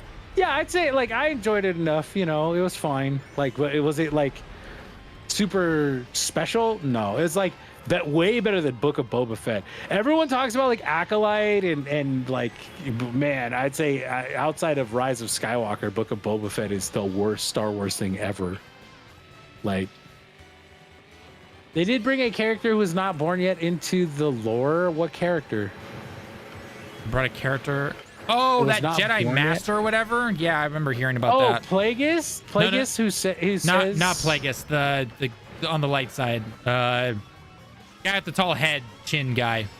Oh, that guy. Yeah, who fucking cares? I don't even know. Who fucking cares? I mean, isn't Yoda also, like 1,000 years old? So I mean, Yoda's like, how do you know that guy wasn't born yet? First because of all. apparently Secondly, some book that sometime said this one thing, and so continuity, right? The whole thing about that is, like, find something better to do with your life if that really upsets you that much. Like, it's Star Wars. They're playing with laser swords, guys. Big head, like, dude. Look at like the way Fox describes it. The big head dude. Nobody fucking knows who that is, and nobody cares. Bobby Moondice said that the Sith haven't been seen in 1,000 years. That one time in Phantom Menace. Yeah, and like there were two Sith actively working in that movie together. Like, they were clearly is it the Book out of Legends? their fucking loop. Yeah. Okay. So if it's the Book of Legends, I'm pretty sure they said that's all non-canon, though. It isn't canon. There you go. There you go. See? And if you're someone who really cares about that, then well, all right, whatever, I guess.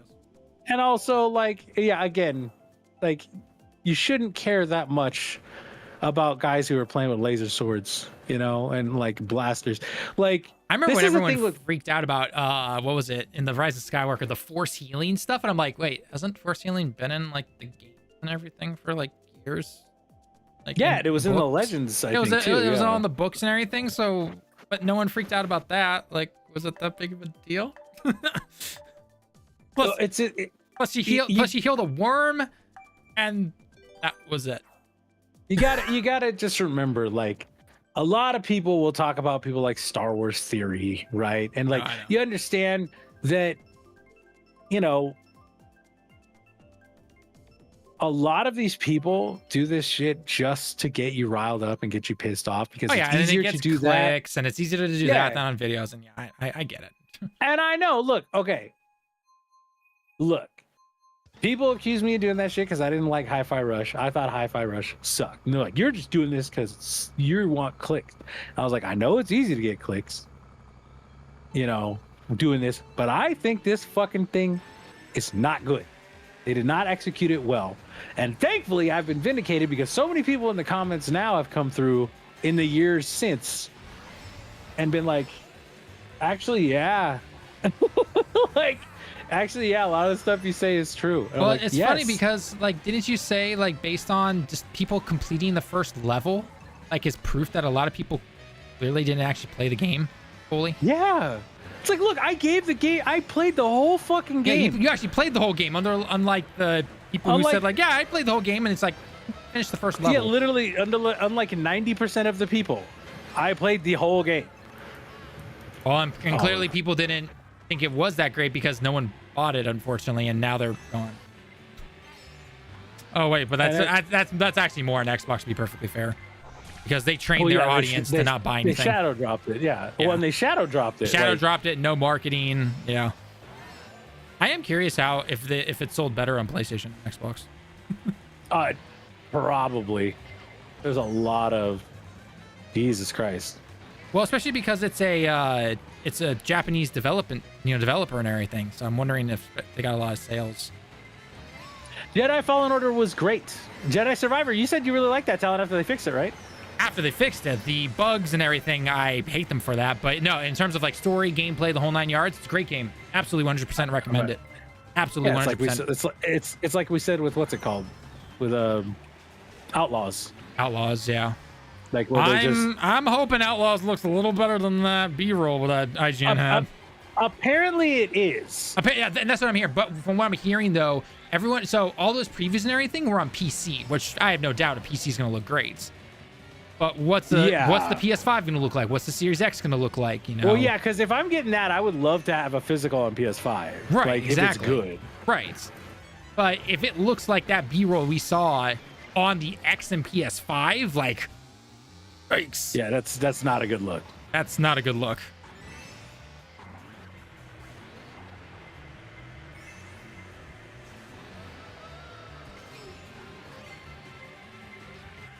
Force Unleashed will probably be a favorite Star Wars game forever. I played that. How old is that? That game's like 20 years old, right? That game was like PS3? What game? Force Unleashed. Dude, I love Force Unleashed. Hell yeah. I don't care what anyone says. Force Unleashed is the GOAT. It's an amazing game. I don't care. I don't. In my head, that is still canon. I know it's Legends technically, but in my head, it is canon. I loved the Force Unleashed. Plus the voice actor for Darth Vader's apprentice, I believe he played Darth Maul in the Clone Wars. Yeah, Sam Witwer. Yeah, love that guy. That guy's awesome.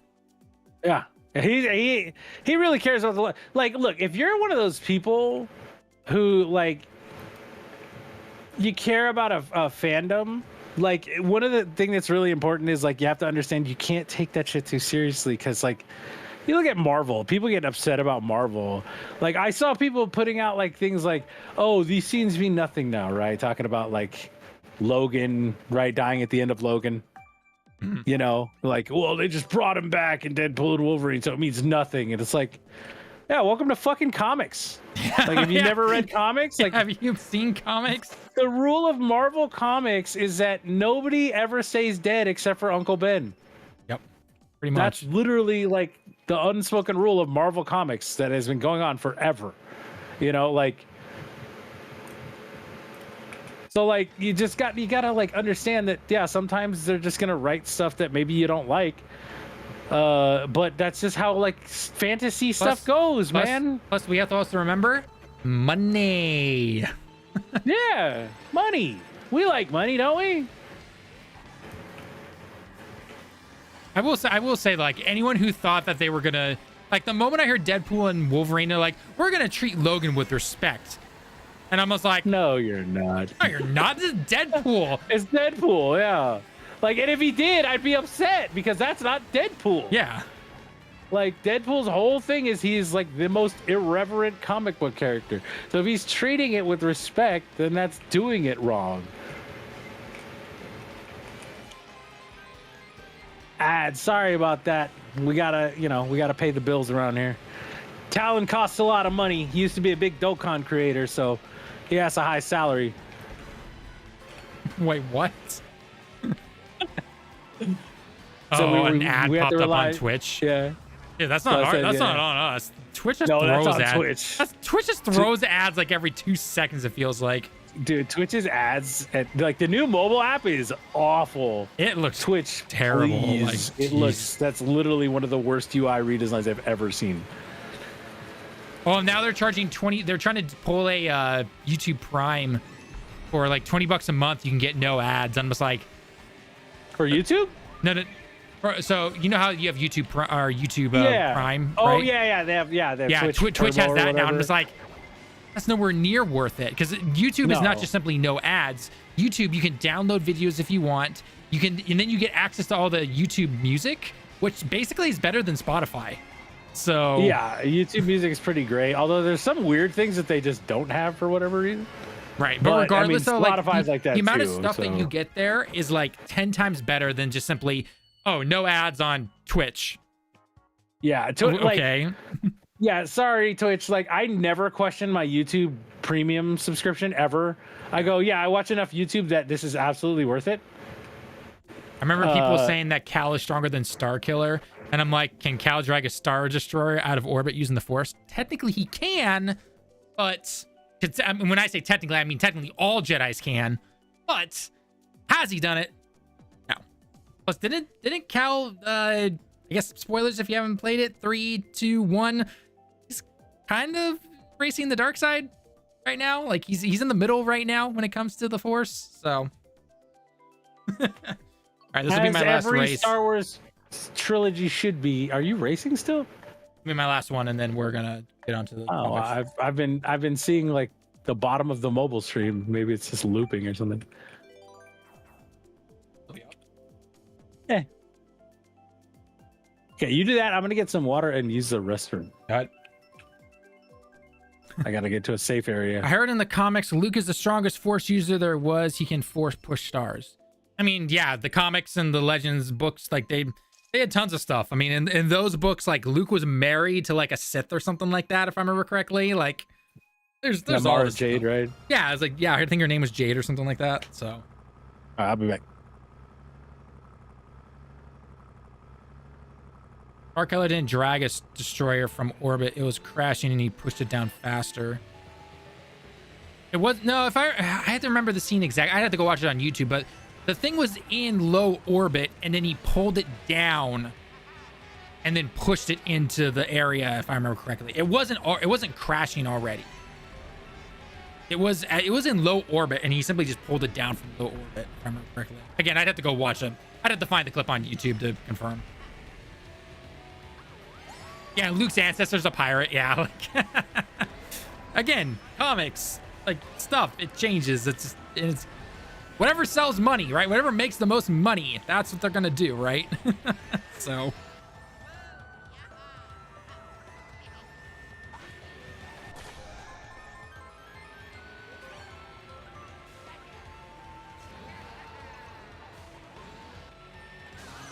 Aw, lightning, really? Yikes, to get lightninged and then get blue shell. That's never fun.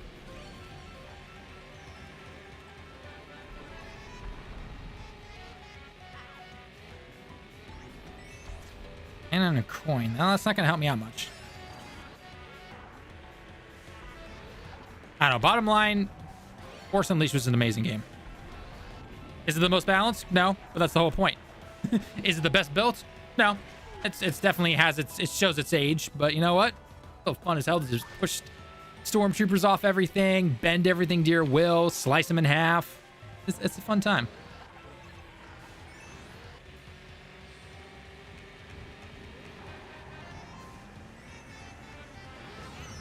Oh, come on. Of course.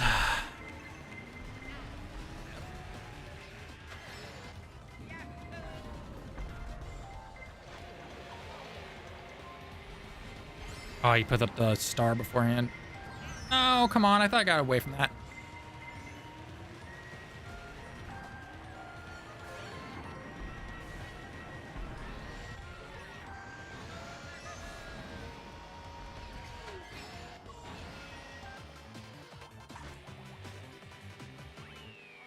All right, that race did not go the way I thought it would. All right, depending on the map, I'll do one more. If it's not a good, then I'm just going to quit out and we'll prepare for the video topics and everything. But let's see first what we got.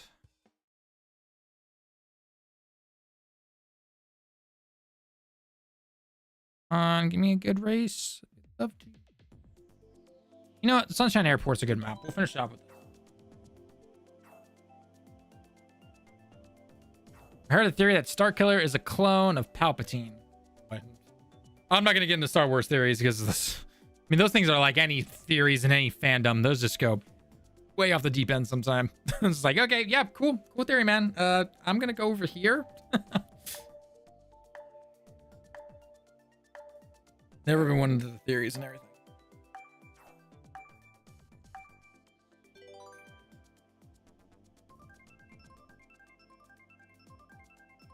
I know. I hope Star Wars Outlaws is good.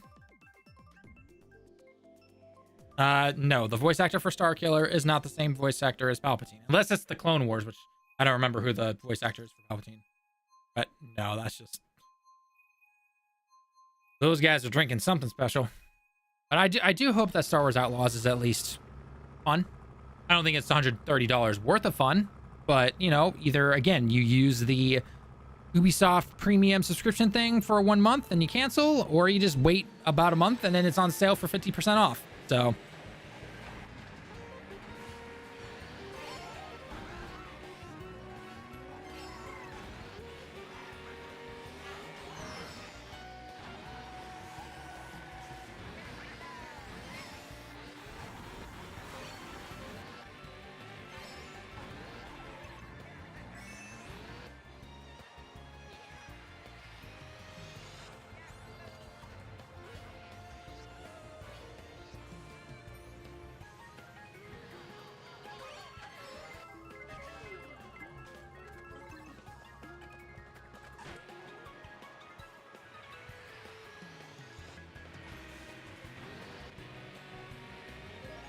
Starkiller voices actor as Palpatine and Jedi Fallen... Oh, and Fallen Order. Oh, okay. Well, okay. We're talking about the movies and the TV shows. It's like, wait, what? Okay. Is the Emperor even in Jedi Fallen Order? And he must maybe like a voiceover somewhere. I don't think he was actually in the game. Like, you don't physically see him. Can't remember, though.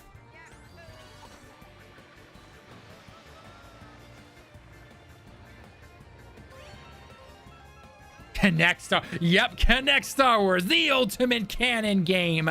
Best game in the generation, right? I hope that Boo enjoyed the banana.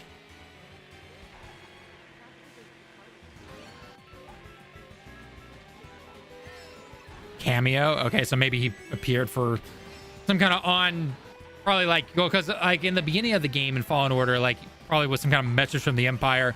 The Empire is here to protect you as they're dismantling old warships and everything, so. All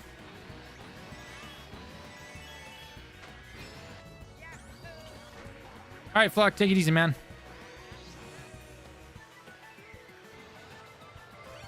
Oh, lovely. Double red shells. Just what I wanted.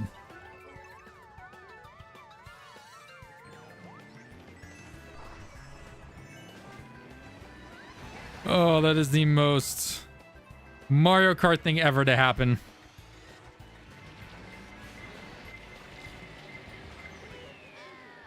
From 1st to 9th. God, if that's not the most Mario Kart thing ever.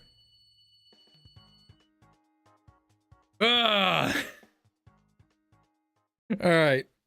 Definitely going to stop the Mario Kart. We're going to get ready and set up for the... God.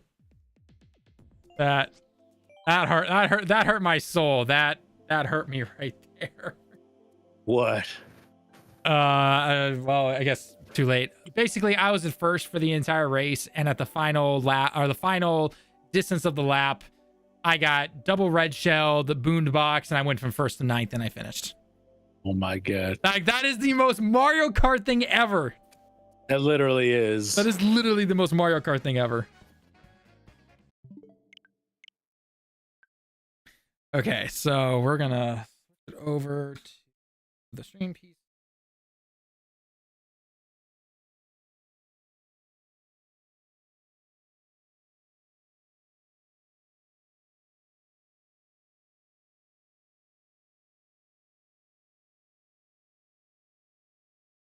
Okay. Your star. Oh, is Palpatine in Star Wars Rebels? Did not know that. Okay.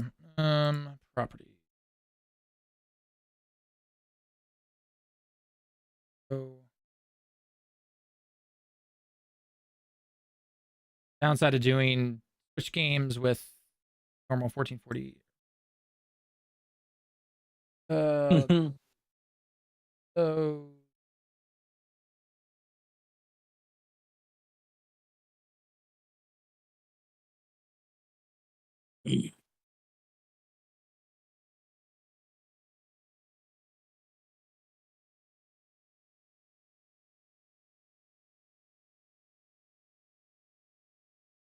Go. All right, and this time I just have to remember to make sure I actually hit record and everything. Yes, please record for us, Talon.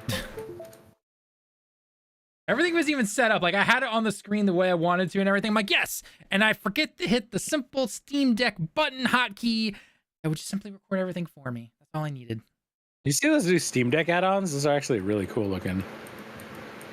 I have for Stream Deck, you mean? Yeah, sorry, Stream Deck. Which ones? Like the latest ones? So they, they made the one with the knob. Yeah. Mm-hmm. They made like an extra thing that fits on the back that adds like a USB yeah, it's like hub. all those ports and everything. Yeah, I did see that. And then there's one that adds the XLR input, which is that's that's nuts. awesome. That's a good one right there. All right, so yeah. Oh no, I'm by myself. What do you mean you're by yourself?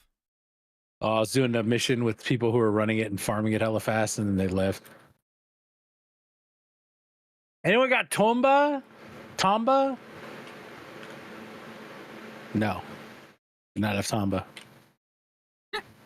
I played Tomba way back though.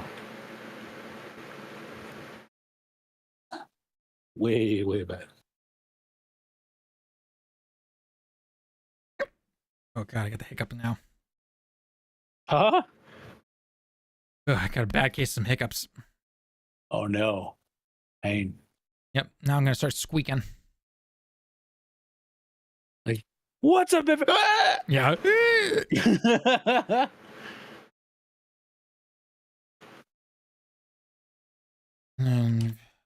Gotta give us your best Billy Mays talent. Exactly. What's up, everybody? Billy Mays here.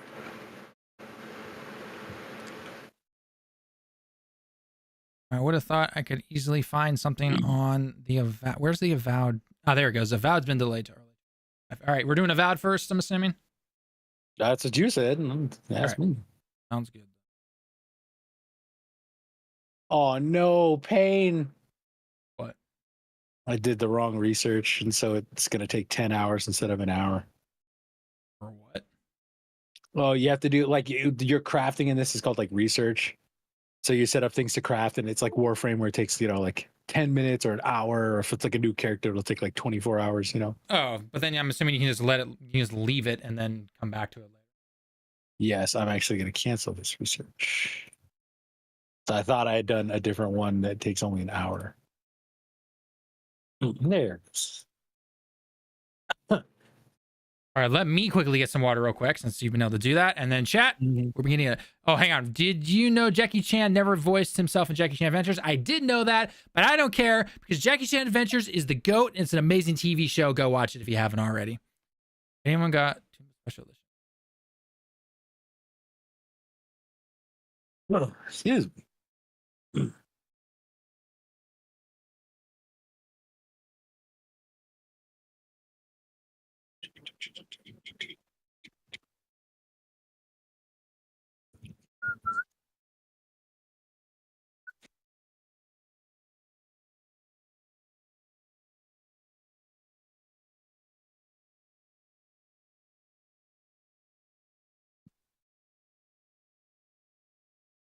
Okay. Back.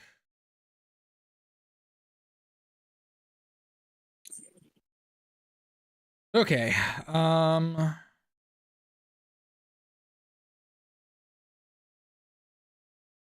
Uncle's voice actor is still alive. I don't think Uncle's voice actor was that old when he played it originally. At least I don't think he was. He just acted old. Like he was acting with his voice. I know, right? Well, let's be perfectly honest here. Uncle was amazing. So he's 87. I mean, people live longer. So, all right. We'll go with the Obsidian Avowed delay. And what does this mean for Xbox? Because again, as we've said before, yeah, we'll have to wait and see. So, you ready to go, Bobby? Yep. All right. Awesome. All right. Hitting the record button to make sure it pops up. Computer explodes. Don't say that, please. I don't have the money to replace it right now. No. Like it's, but not like a serious explosion, just like the cheapest part, and it's like a little mini A bomb, you know.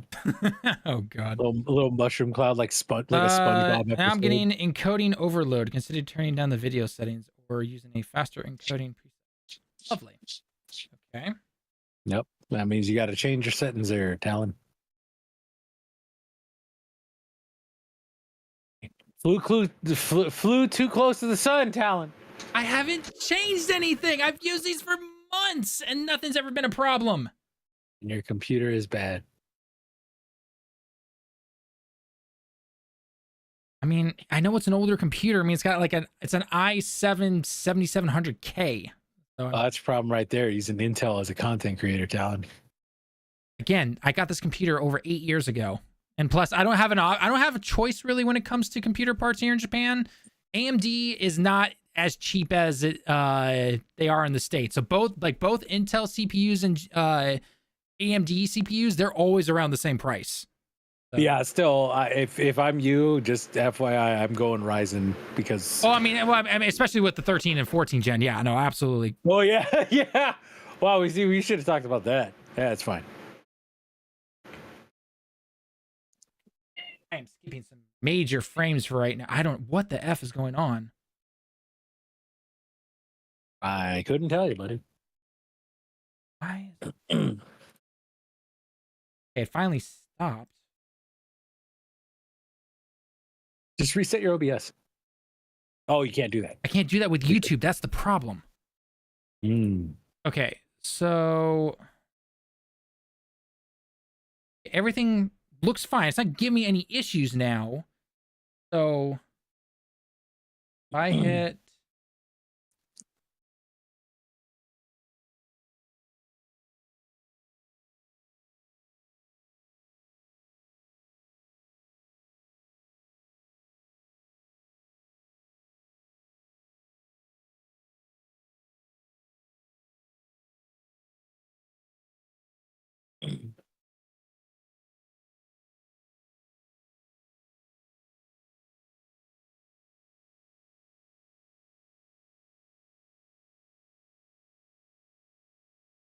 thought we'd actually get one of those people in here, but oh, if you look at the chat, oh yeah, I saw that. Banned him already. Am I not a mod anymore? Did they unmod me? Could be. I work for you people. Make a comment and I can. I am unmodded. It's because I didn't show up to Brad's last stream, isn't it, Brad? been modded for a while, but okay. All right. No issues. Hit the recording button.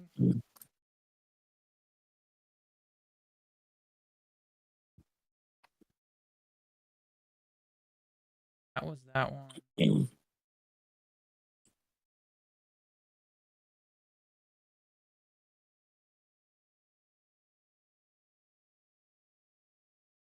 This one I don't need.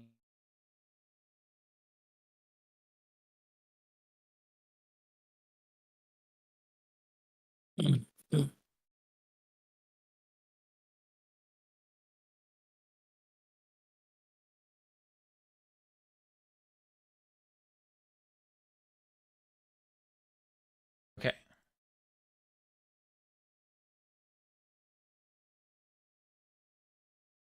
All right. Let's hit recording again.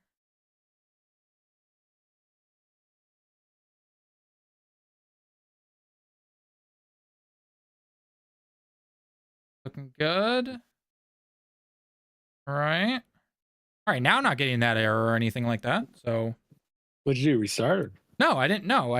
I simply stopped the recording, and then I just pushed it again, and now it's saying, yeah, there was no memory problems or anything. So I don't know what the issue is. It was saying there's a memory usage issue, and I'm like, okay, so memory, that would be like RAM or something like that usually, right? Yeah. So, but now there's nothing, and like I'm looking at every single stat I can possibly look at this particular moment. My RAM's been fine the entire time. My CPU and GPU are completely fine where they usually are. I don't know what the issue was. So, recording now. So, I'm just going to leave it at that. So, yep. All right. Don't I'm don't look a gift horse in the mouth. Not touching anything. So, anyway, let's talk about our first topic here. Chat, let us know your thoughts as always, and we'll include you in the video and everything. So,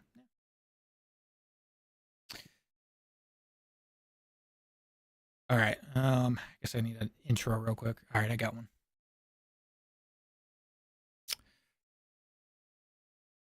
All right, hands up right now. Do you think delaying a game that is a first-party exclusive game like Avowed is a good move on Xbox or a bad move on Xbox? Let us know down in the comments below right now, because I've seen mixed reactions to this. Some people saying that, yes, this is a good move. Let the game breathe a little bit when it releases in early 2025.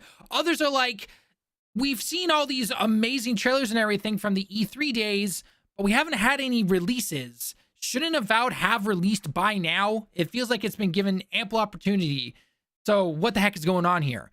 What's going on, guys? Town with Direct Gaming, and we've got to talk about this because Avowed is supposed to be one of Xbox's biggest games when it comes to their first party lineup and really being able to push something like Xbox Game Pass. And now that game has been delayed. So I guess Call of Duty gets priority over Avowed, even though they've had Avowed in development longer than the Call of Duty game. I don't know how I feel about this. On one hand, it makes sense. The holidays are always overcrowded when it comes to video games. Always. Every single year, doesn't matter what. But Avowed, you've been trying to market for, I don't know, the last 3 years, I want to say, or something like that, since we've been seeing teaser trailers and gameplay trailers and all this kind of stuff, and now you're delaying it. It's like, why wouldn't you delay something else? And I know the original schedule was supposed to have both Avowed and Indiana Jones within like the same couple of months.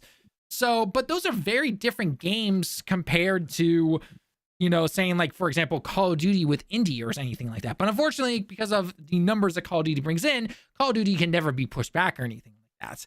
So the question is this a big deal for Xbox? Is this going to actually help them? Do you think more people are going to give Avowed a chance? Although that also does come with the territory of the fact that they have now raised the price of Game Pass, and Day and Day is only on Ultimate.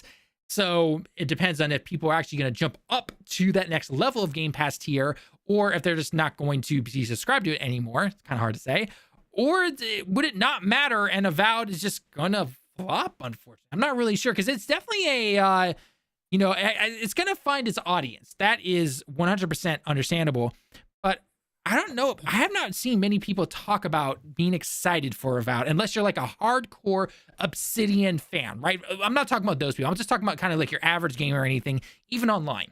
Like, I have not seen a lot of people talk about this game. Some people saying it looks rough. Some people saying it kind of looks okay. Some people wishing that it was in a different perspective. So third person compared to first person, which I do know that you are actually able to go in the third person from first person, if I remember correctly. But regardless, it's a weird move to say the least, because of just how popular Obsidian is.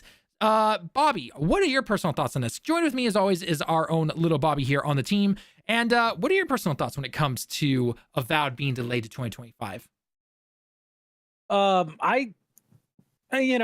Avowed, it's almost felt like vaporware for so long. I guess it's not a huge deal. Like, and I'm not trying to be mean by saying that, but I mean, we've been hearing about Avowed since like 2019, and now it's been delayed to 2025. So I don't know. My biggest issue with the delay, I have no problem with them delaying games when they need to, but like what I don't like is they're like, well, guys, we're having just so many games this year that we just have to delay Avowed. We have to.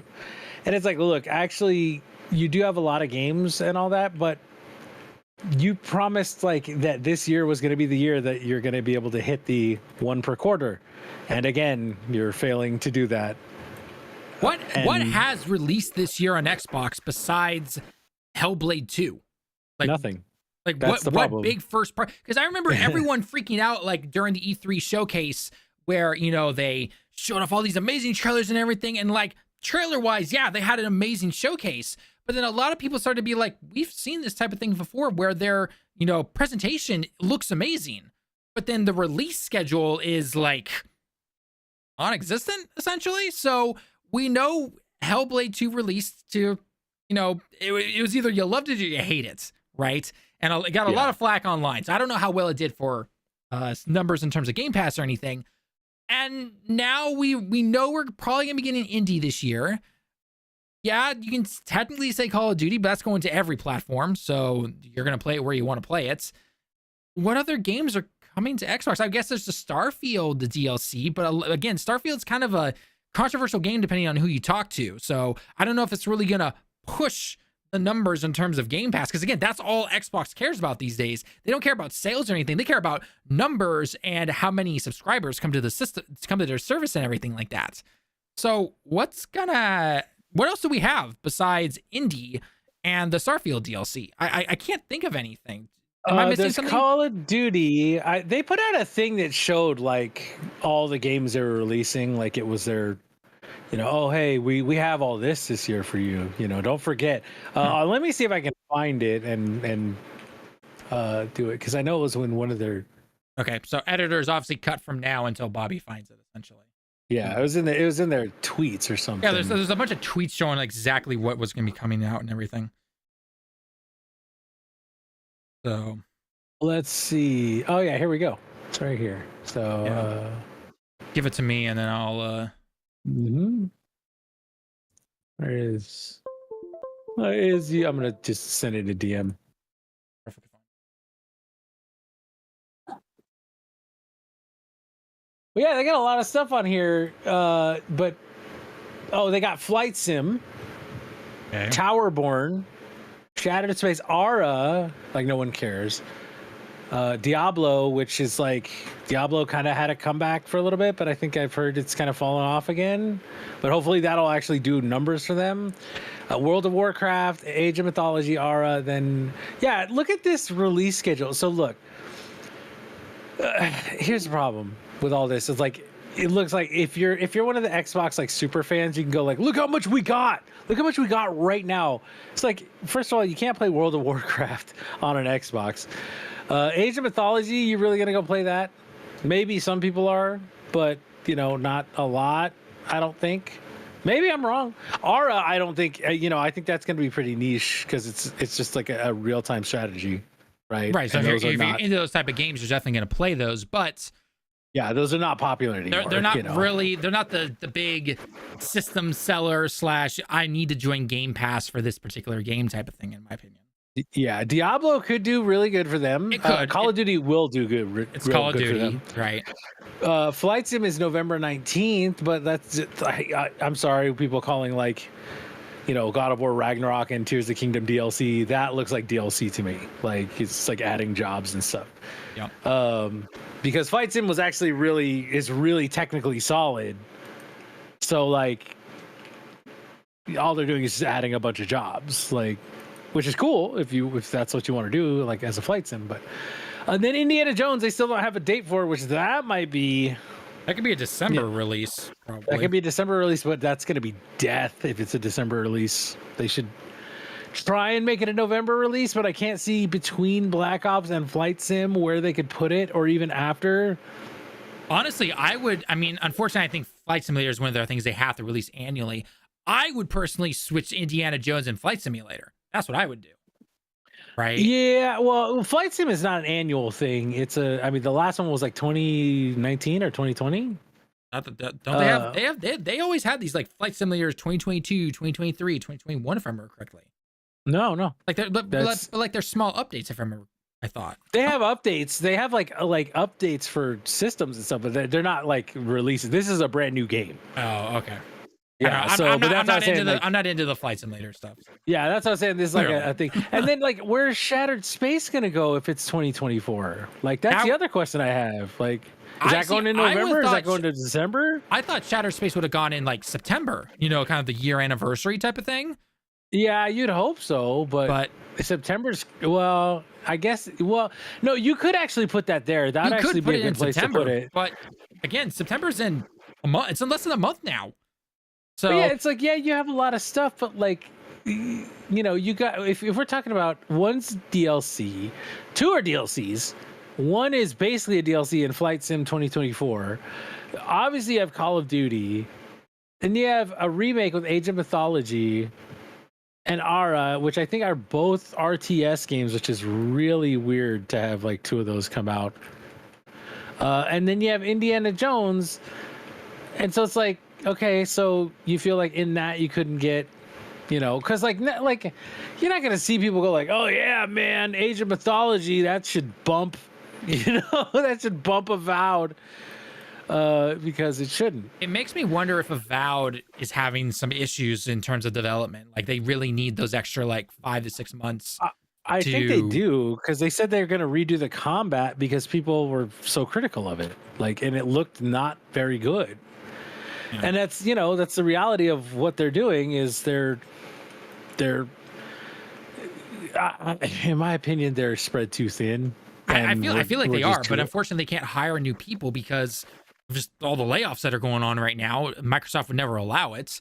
I mean, at the very most they would maybe they'd say, okay, fine, hire some contract workers, but then trying to just teach contract workers the engine that you're working on, that's going to take up so much time, and it doesn't make any sense to do that. So, yeah, I mean, looking at I'm hoping this, some of this stuff comes out. Right. I mean, if you look at this picture, it makes sense to put Avowed into 2025. But at the same time, the closer you look at it, like again, World of Warcraft is PC only, to my knowledge.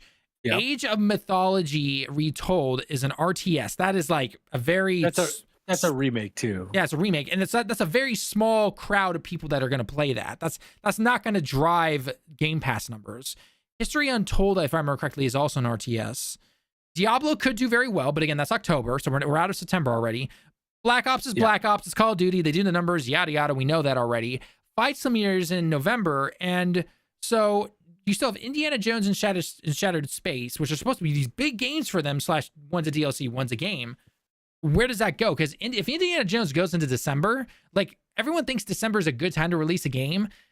It sometimes can be, but it's in the past, it's not always the best because yes, technically everyone is getting money for Christmas potentially, or you're selling some games that you have. And so you want to go buy the new game because, you've now have enough or you can do all that kind of stuff. But I'm really scared for Indiana Jones. Like I think it could be a good game, but I'm scared in terms of like what kind of numbers it will potentially do. And the only reason I say that is because of what could happen to the team making it, essentially. Well, right? yeah, I feel like Indiana Jones is almost assuredly going to be received probably with like maybe high 70s or at best low 80s. Like I just don't know. I mean, based on what we've seen, it's it's in an interesting state to say the least, because Indiana Jones is nowhere near as popular of an IP as it used to be. Yeah. Right. And now we don't have a release date for it. You cannot put it next to Call of Duty. We already know that. Like, the earliest you could potentially put something like Indiana Jones would be like early October, which I feel like they would have announced that already, but then that interferes with Diablo potentially. You could put it in November, but I just don't know, because you still have Shattered Space there, which is supposed to be the big Starfield DLC. So do you delay Starfield? Like, I just don't know. At this point, if I'm Xbox, I'm delaying Indiana Jones to make that as good as it can be. I'd put that out in February, to be perfectly honest. I think it could do decently well in February. But they just put Avowed in February, right? So they're exactly. not going to cannibalize. That's the problem right there. So it's like, yeah, they can't cannibalize their own game, with their own game. And they don't want to pull an EA with like Titanfall and everything. So. Yeah, so I don't know. They've worked themselves into this thing where they have so much property now that they're gonna have to be careful with this stuff. And I agree that we've seen Avowed, and there's been parts of it that look really rough. And I think that's realistically why it's being delayed, even though this does seem to be a problem. It just feels like the real reason is like, we need that extra 6 months, guys. Yeah, I don't know what they do in this particular situation. I feel like there's got to be more delays coming after this, just based on looking at this picture right here. I'm expecting either Indiana Jones to get delayed or Starfield to get delayed. The DLC, the Shattered Space DLC. One of those is going to get delayed, I think. Even going further than that, I'm guaranteeing you Fable is at 2026 at this point. Fable at 2025. Like, the only way I'd believe that if it said November 2025. Even then, I don't believe that at all. Yeah. Like, I don't think they're making Fable. And I know people are going to come in and say, like, we've seen gameplay already. Have we? Have we really seen gameplay? Like, we've seen maybe 2 to 3 seconds of some what look like cinematic takedown type of gameplay. Yeah, and it looks like Spider-Man walking finishers, in town. But like, I want to see, like, when I say gameplay, I want to see the UI on screen.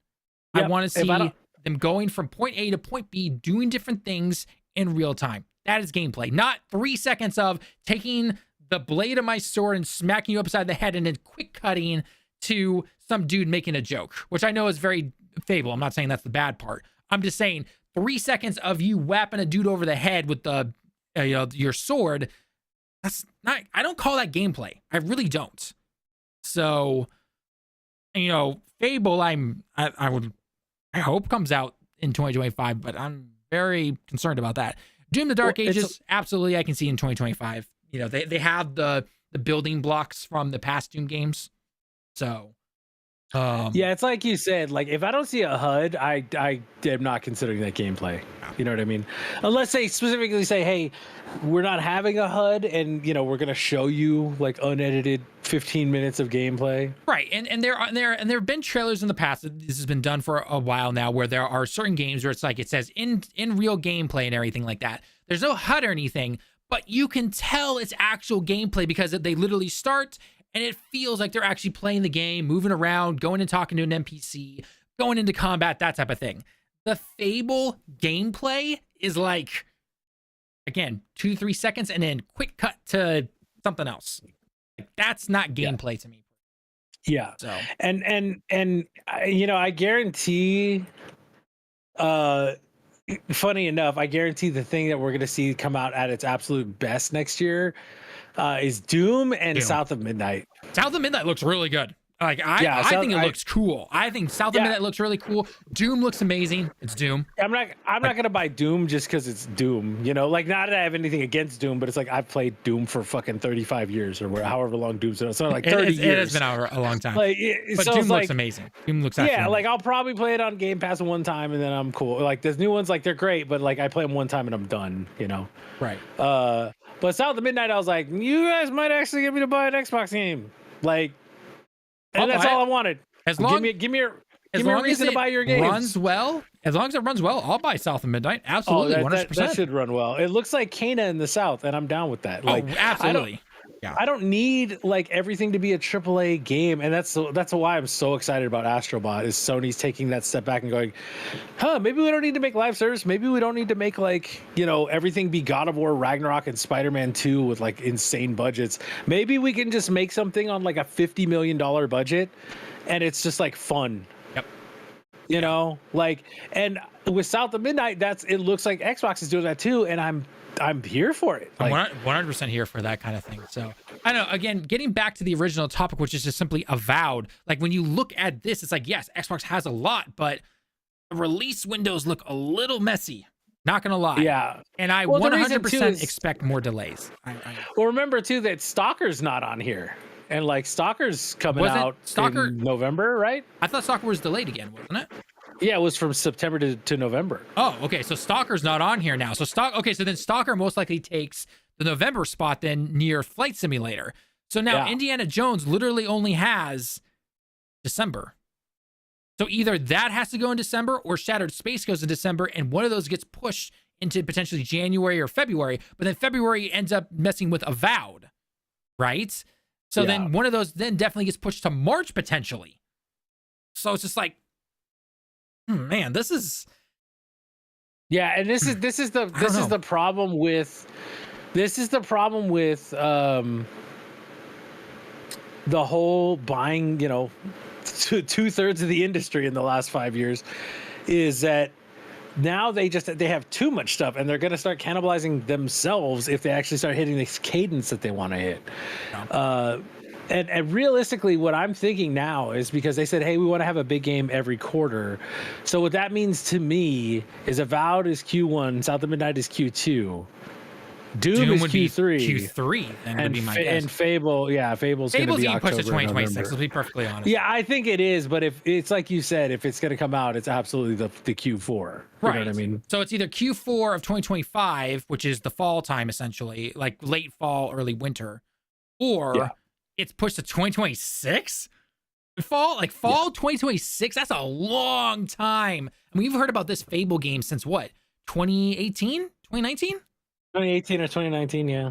Like, that's a long time right there to tell us about a game. I know games take a long time to make, don't get me wrong, but to tell us about it, like, you're reaching Metroid Prime 4 levels of showing us stuff. I mean, at least with Fable, we've seen some stuff, but regardless, this just looks really messy, and I'm trying to see where they could try to release all this stuff. And again, I know one comment at the very minimum in the down below is going to say, like, you know, this particular game only is to this particular audience and everything in this particular game. It's like, I get that. I truly do.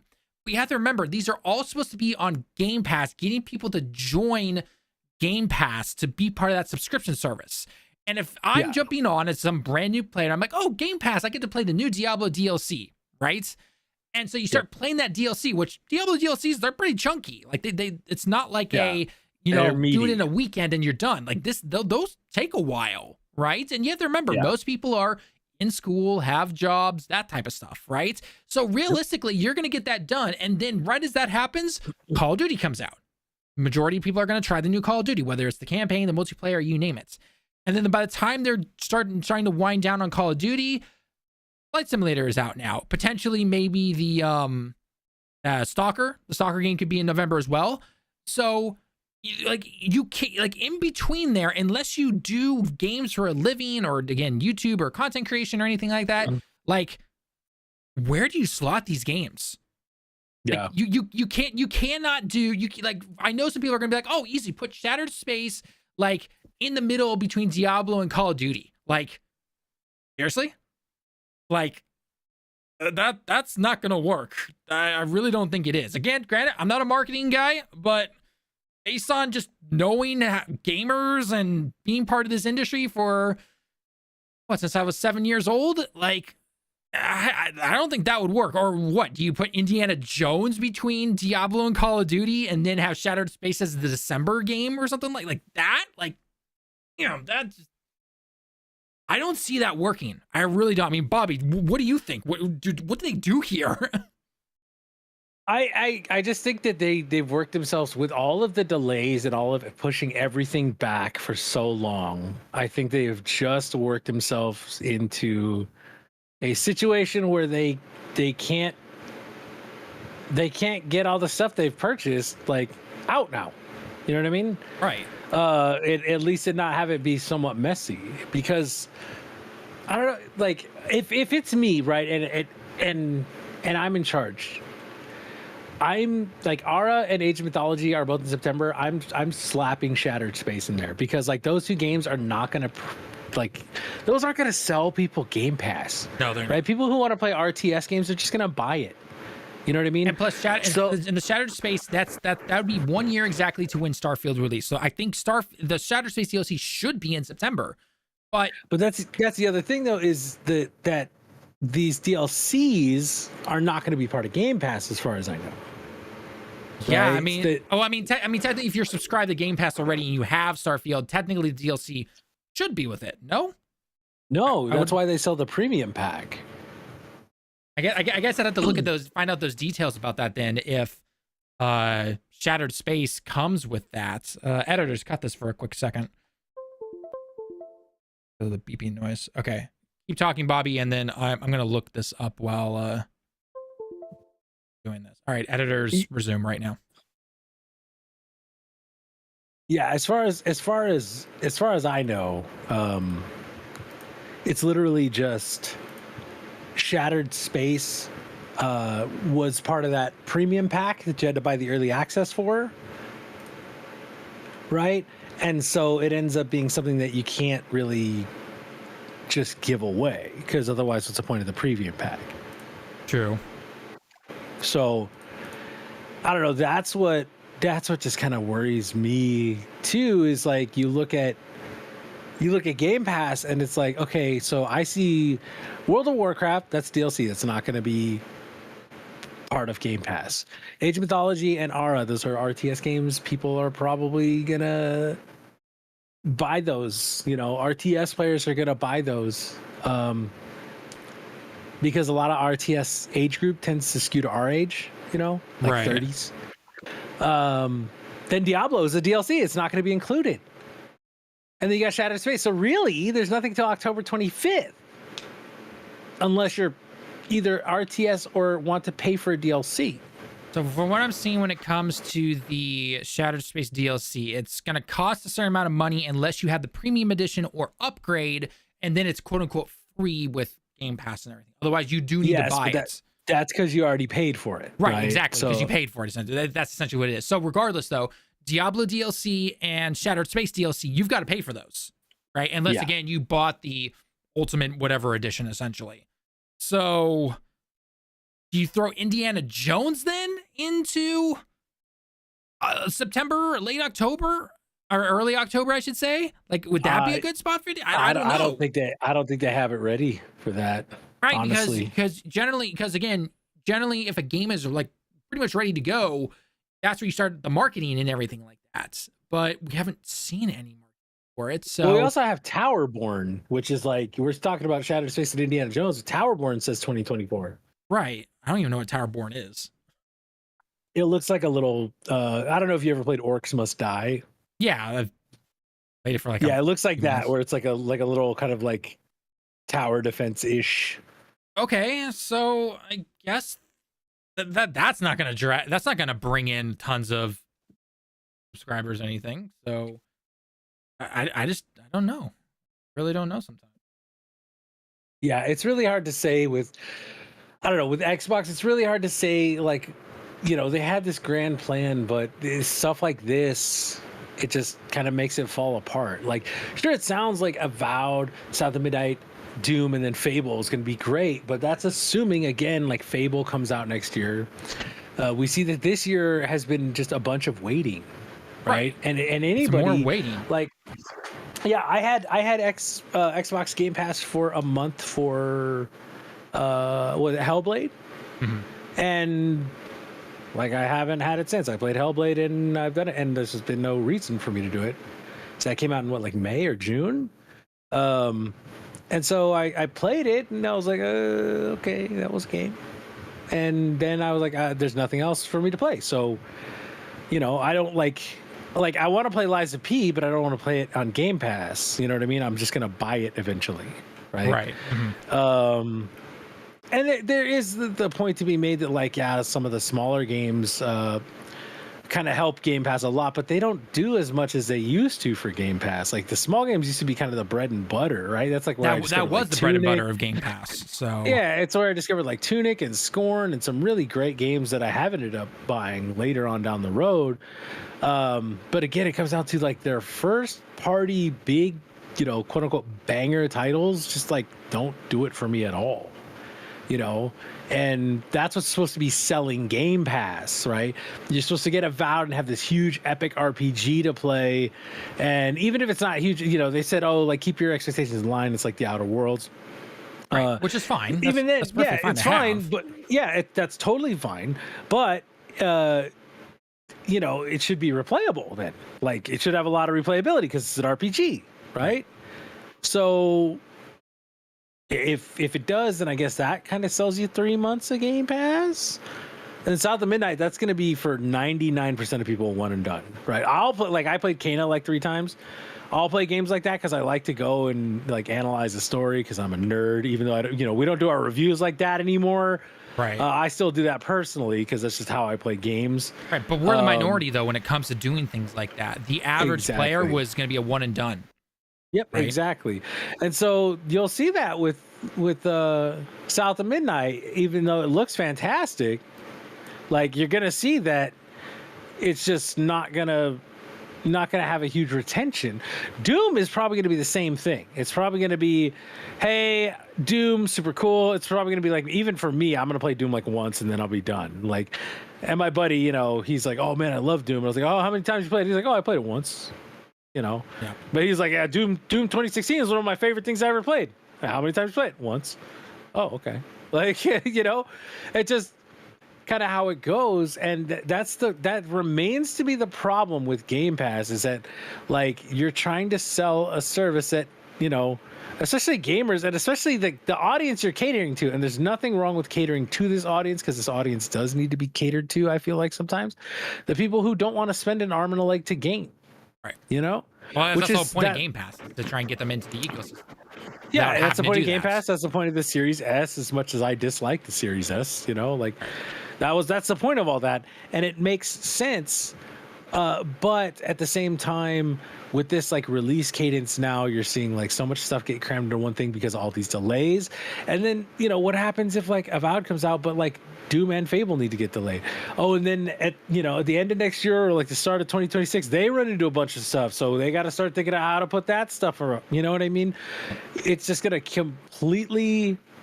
Some game is going to affect another. It's gonna happen. I guarantee you. It's gonna happen. Yes, that's what's gonna happen, and it's unavoidable with as much property as they have. Really, right? Exactly. So, and that's just Xbox right there. Like, you have to also remember, like, you have games like, say what you will, I know about the drama online and everything, but a lot of people are still gonna buy it. Like Assassin's Creed is coming out this year, right? We have Star Wars at the end of August. Yep. Right? Say what you will. We have said stuff about Outlaws. It's Star Wars property. It's gonna sell. Yep. It's just gonna happen. And again, going to Assassin's Creed, everyone has been dying for a Japan setting Assassin's Creed game, regardless of the stuff on drama online and everything like that. It's gonna sell. Yeah, and the other thing is, they said Assassin's Creed Mirage sold a ton, which I did not think it would. I didn't think it would, but it did. I was like, oh, I'm probably gonna pick that up at some point because like I love the old school Assassin's Creed, right? Like before they made the big change with Origins and Odyssey, I much prefer that Assassin's Creed, right? But like they were like, oh yeah, that made us a really solid profit. We sold a ton of copies of that, like way more than we were expecting. And I was like, what? Like, really? Like, it caught me by surprise, if I'm being honest, And so Shadows is absolutely going to sell. And so you got to, like, I don't know, if you're Microsoft, because don't they have the marketing for Shadows? I think they do. I'm not 100% sure, though. But then again, based on what they've said about marketing and everything, apparently they don't have much money for marketing. So... Yeah, I know that poor $3 trillion company. I don't know. It feels like yes, Xbox has a lot, but like, what's the schedule?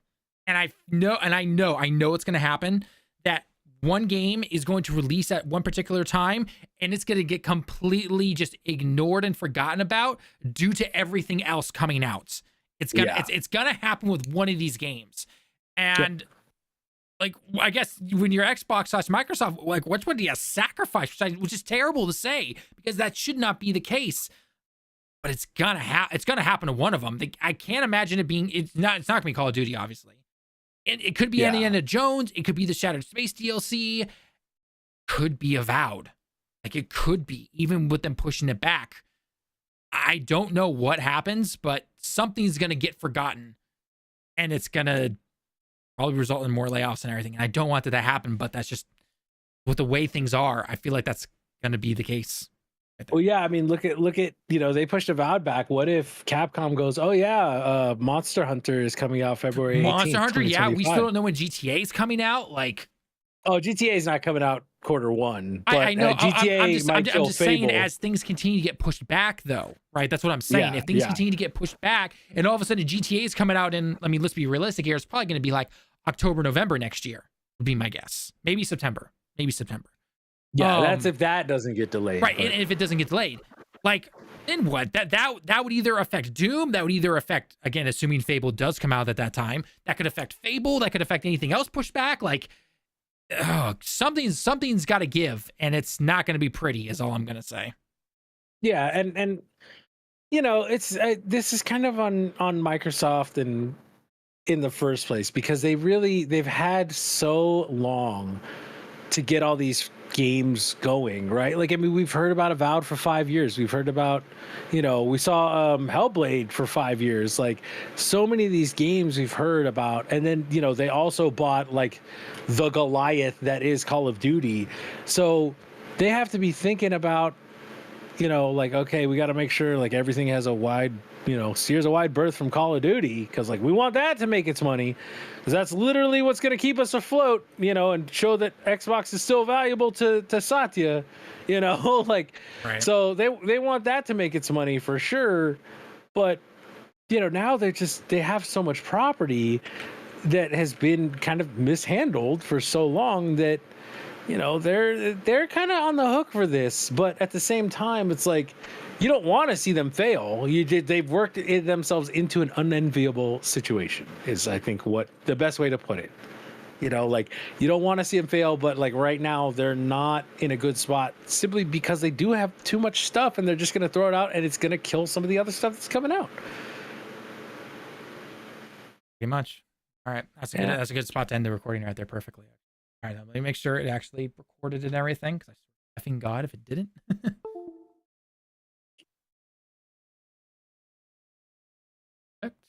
Okay, that showed up. Perfect. Okay, it all showed up. We're all good to go. It actually went through.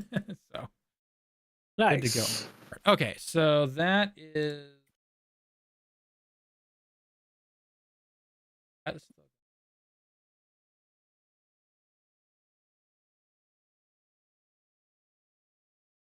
All right, so now, so we can get rid of all the Avowed and Xbox stuff. Screen.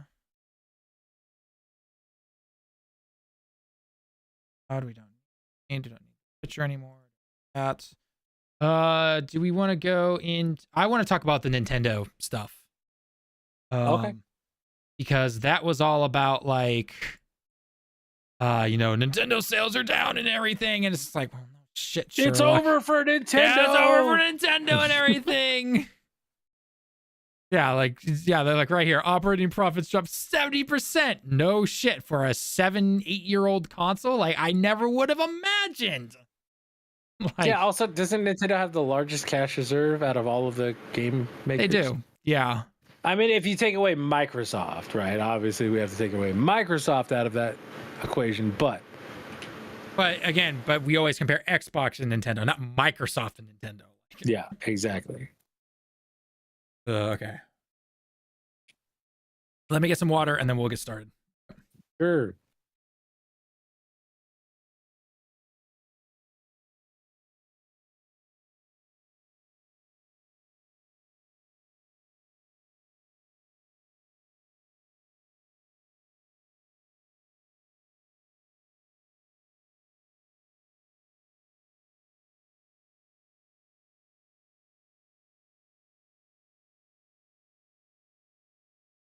Okay. So the two articles I have are the Nintendo sticks to its annual sales forecasts, which is the 70% drop. But then I have the list of this stat is insane. 69, nice. Nintendo published Switch games have sold more than 1 million copies. Like, damn. Yeah. That's Like, damn. That is, whew.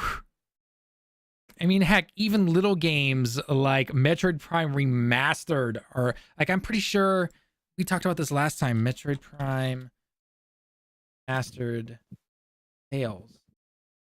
Yeah, 1 million, 1.9 or 1.09 million copies sold. Like, and Metroid is considered a small game compared to these others. Like, oh my God. Mario, wow, even Mario Strikers hit 1 million? Like, I thought that game did terrible. It's Mario, man. Mario pulls. That's what I always say. Mario Strikers, well, that's in Japan. 2023, 2.54 million copies? Damn. Holy crap. Oh, man, that game did not get good reviews. Like, the reviews for that game, like Mario Strikers Switch. Those, yeah, God, I mean, the Metacritic is 73. Oh man, yeah, it was not the greatest in terms of some of those. Oh man, it still sold 2.5 million copies. Like, damn. Oh my God. I don't know why I'm surprised at this point. I don't know why I'm surprised. But I want to have that. I want to have that there because I'm going to definitely use it. Metroid Dread, we already knew about. Super Mario RPG. What was Super Mario RPG sales? Curious before we start. Mario. RPG was like 3.5 million last year. 3.3 million copies. Yeah. Yep. Although I guess maybe if I say Switch, I don't know if that's gonna make it. Which is that? No, that was Switch. Oh yeah, it is. Yeah, it is Switch. Yeah, because there's no other way to buy the old. Yeah, and that outsold the old version. Yeah, with 860,000 sold in Japan. Well, I guess my wife was one of them. So they like that Mario RPG, man. I mean, it's a good game. I can't blame them. I love that game. Yeah, So, it's one of my favorite games of all time. All right, I already got a perfect intro for this, and then go with it. So, Okay. hit the recording. I've always got to check myself now. I mean, you do it once, and you're paranoid that it's never gonna hit after that. So. Oh, I know. No, I'm not getting any coding errors or anything. Great. That.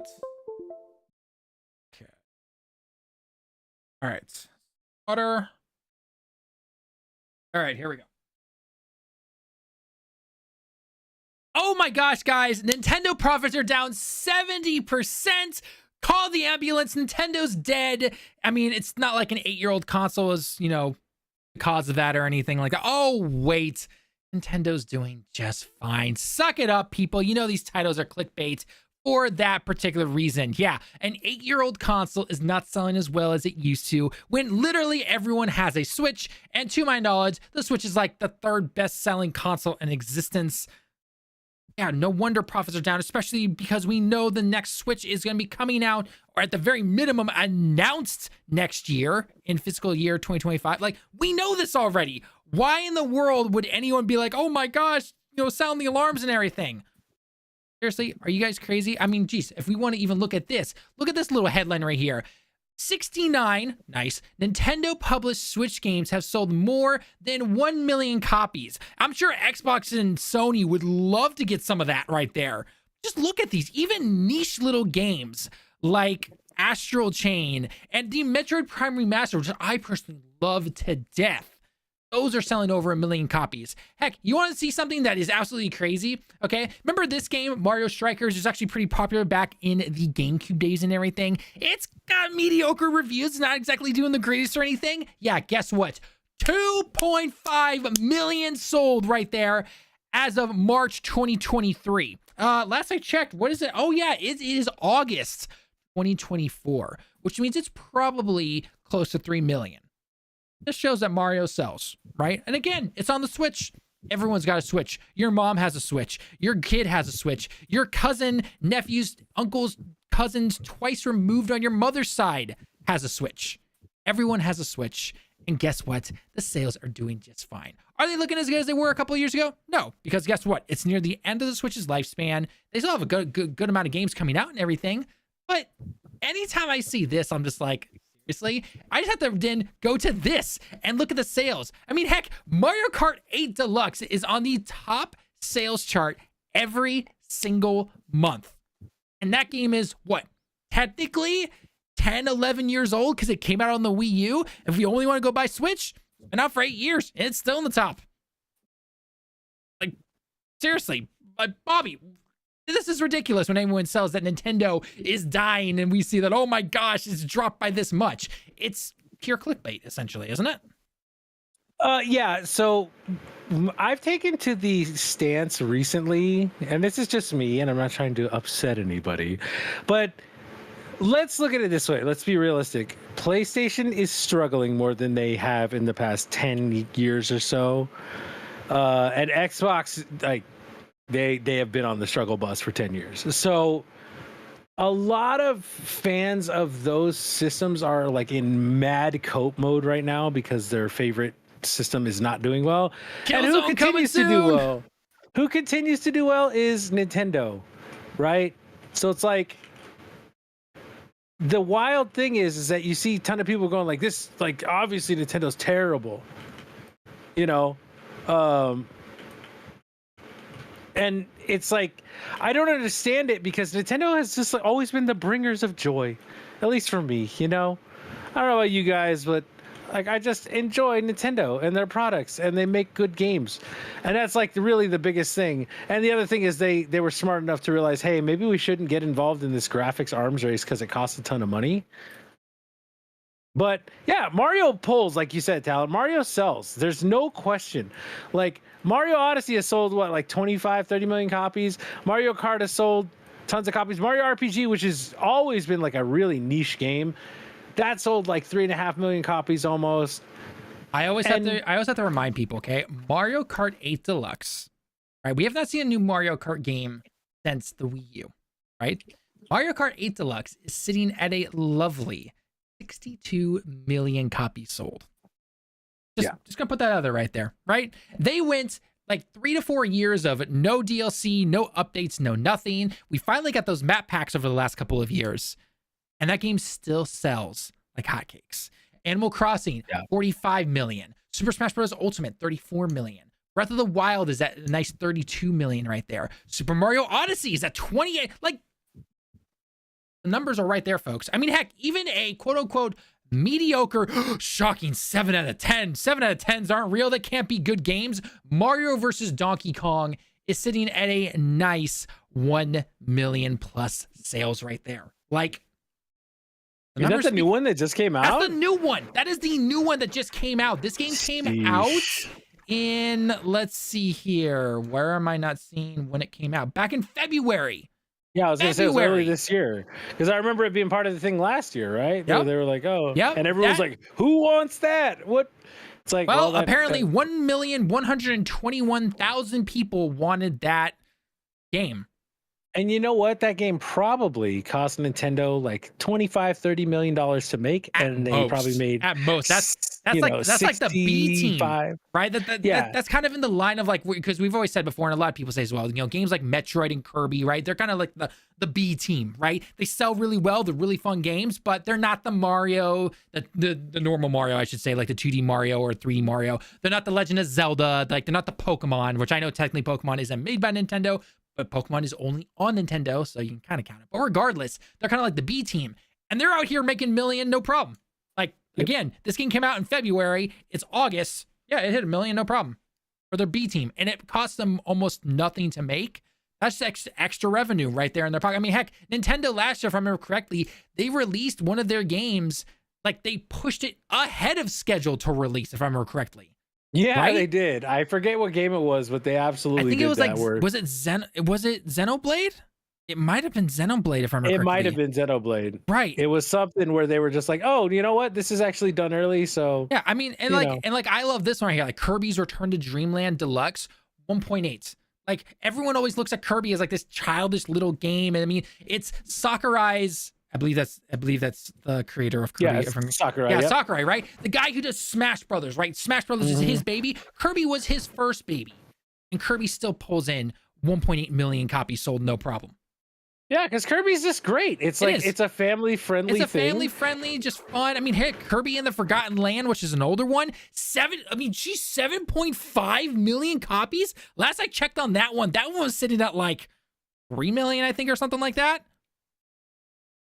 That's wild. Just jumps an extra 4 million. Yeah, just like nothing, right? Yeah, no biggie, right? Yeah. And you have to remember, Nintendo games rarely go on sale. Rarely go on sale. That's the other thing too with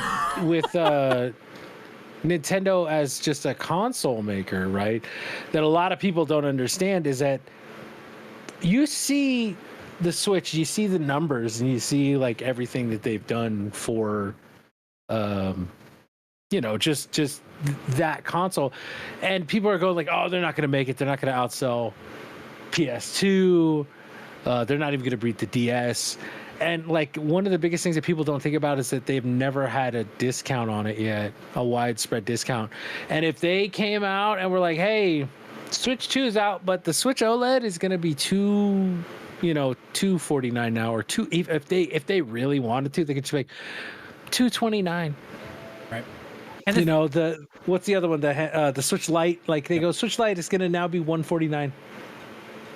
Like I guess I'm gonna be seeing more Switch Lights on the train going to work every day. Like, yeah, 100%. And like when you say, like, and I know some people are gonna see comments about like, oh, it's not selling as well as Tears of the Kingdom. First off, you really expected something like Thousand Year Door to sell as well as Tears of the Kingdom? Like, really? Yeah. You like, really think that's gonna happen? That'd be like saying, oh, I expect GTA and then like Avowed to sell the same amount. Like, really? What are you trying to compare here? So, I mean, again, when you see little things like this, like whilst the latest quarter period saw 2 more million sellers in Paper Mario: The Thousand Doors and Luigi's Mansion 2, they couldn't compete with last year's Tears of the Kingdom, which sold more than 10 million copies in the first 3 days alone. Okay, first off, you're trying to compare Tears of the Kingdom versus 2, we'll call them B tier games, essentially, right? Yeah. Second, it's the end of the Switch's life. We're coming up on the last couple years of the Switch's life. Yeah, and remember that like Tears of the Kingdom is literally the one of the most anticipated sequels of all time. It is a sequel to the best-selling Zelda game of all time. The Zelda game that sold more by itself than the rest of the franchise combined. Let's just leave this 32 million right here on screen for everybody. Like just right there, 32 million. And then you got Tears of the Kingdom that in a year has sold like 22 million. It's like, okay. And there was a big thing that came out that was like, oh, Breath of the Wild outsold Tears of the Kingdom. Well, it's probably because people have heard about Tears of the Kingdom and are like, oh, I guess I should play the first one, which doesn't really matter. I want to do something. So Breath of the Wild was released in 2017. Okay. Mm-hmm. Let's take a look at games 2017. What other big games came out during that time? Resident Evil Mario 7, Odyssey. Biohazard, Mario Odyssey came out, which is just another Nintendo game, Assassin's Creed Origins, and Horizon Zero Dawn. So you know what? Let's look at Horizon Zero Dawn. Horizon Dawn sales.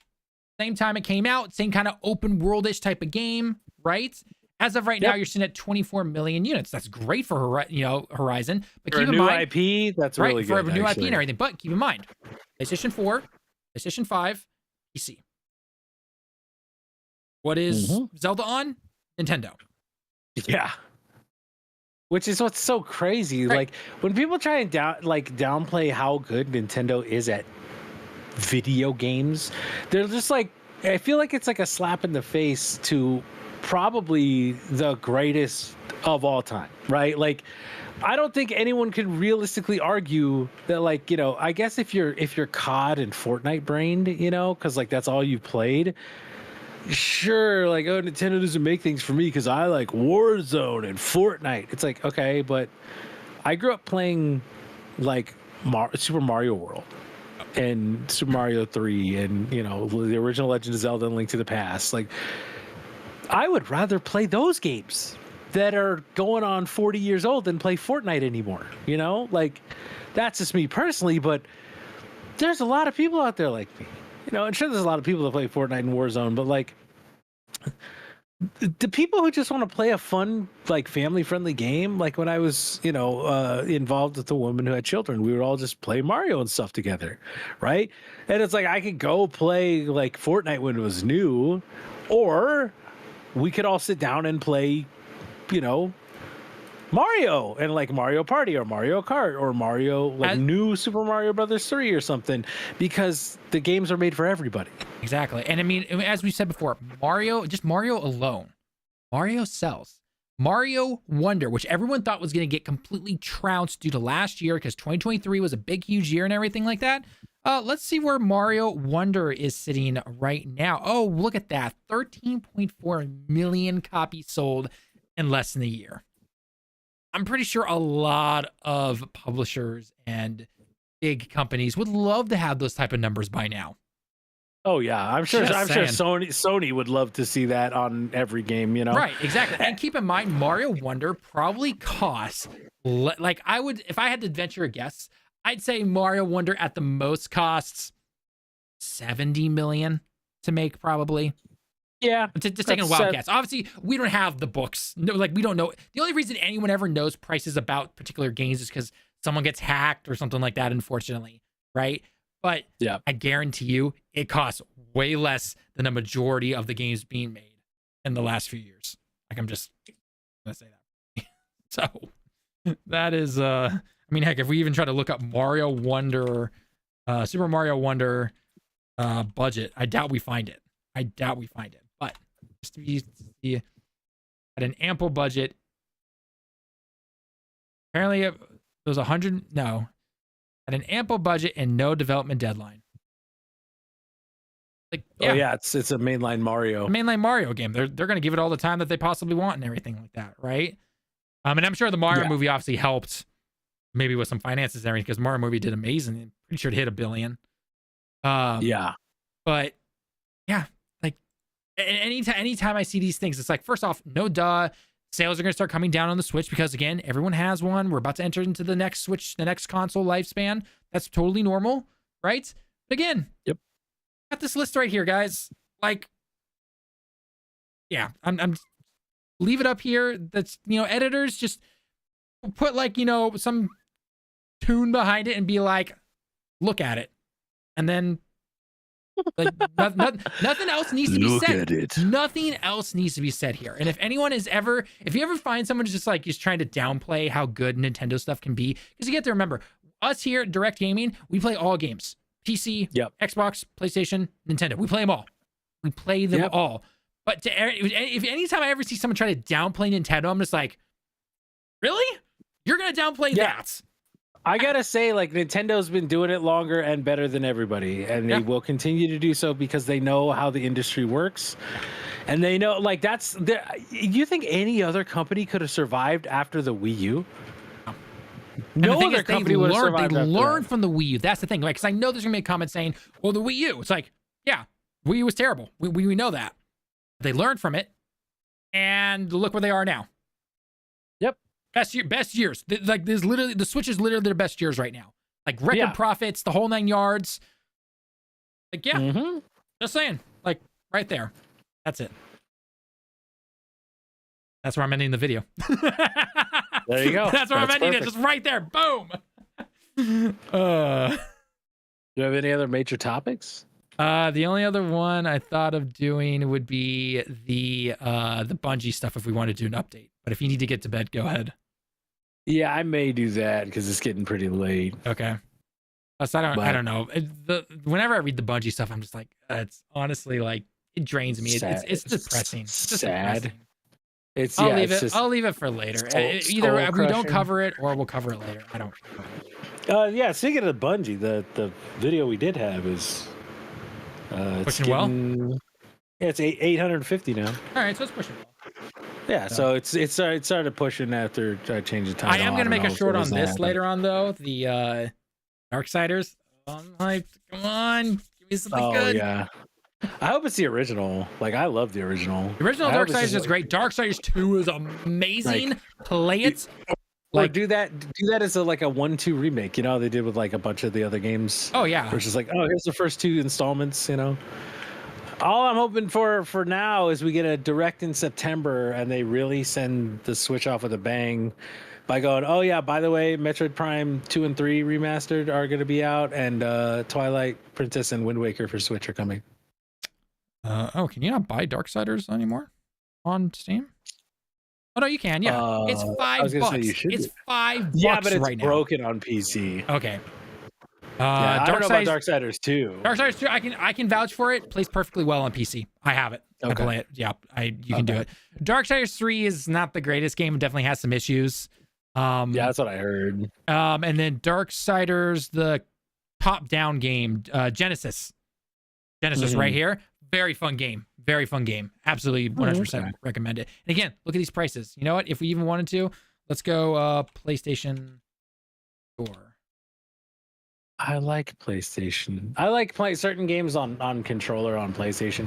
One thing I may try is when Shattered Space comes out, I may just buy like the premium on CD keys or something of Starfield to try it, because it looks like it could be cool. It looks like they're doing like a space horror thing, which I'm down for. And they're only focusing on one area and not 1,000 planets.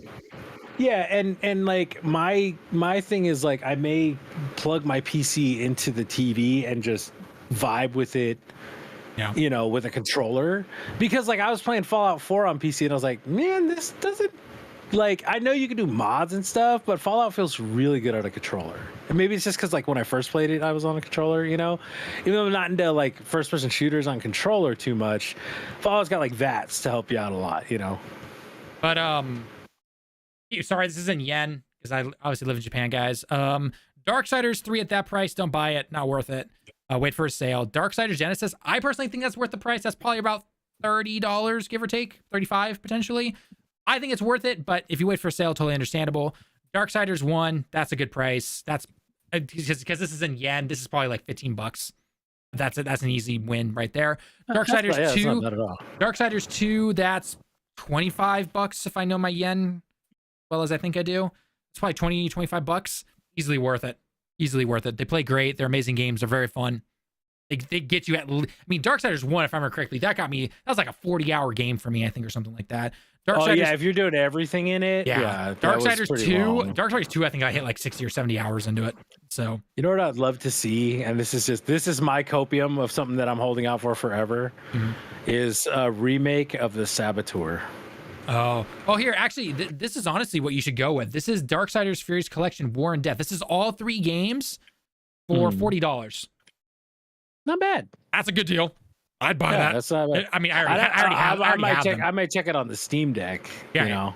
I mean, heck, I'm pretty sure you can get Darksiders 2 on the Switch if I remember correctly. Yeah, I think you can. Darksiders Switch.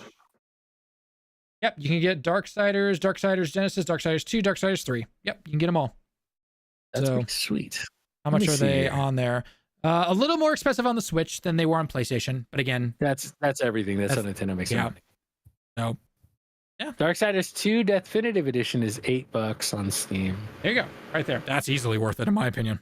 That is. Don't I have Darksiders PC? I have that, right? Maybe. No. Where did I play that? But it was so broken. Oh, do I have it on Epic? You might have it on Epic. Where I have it? You might have it there. Yeah, I think they gave it. Away. So, regardless, great time. Go play it, guys. You're missing out. So I still got to play the Alan Wake 2 DLC. Like, there you go. That's something that I need to get to. I think with that, everyone, though, I'm going to end the stream there. Damn, we streamed for 3 hours. Not bad. How long? 3 hours.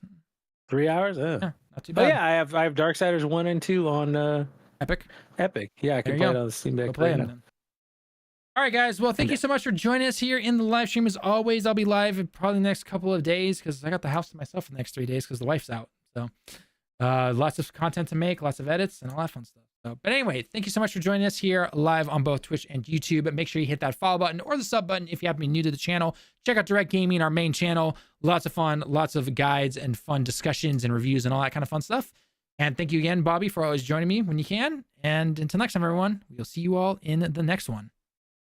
Bye.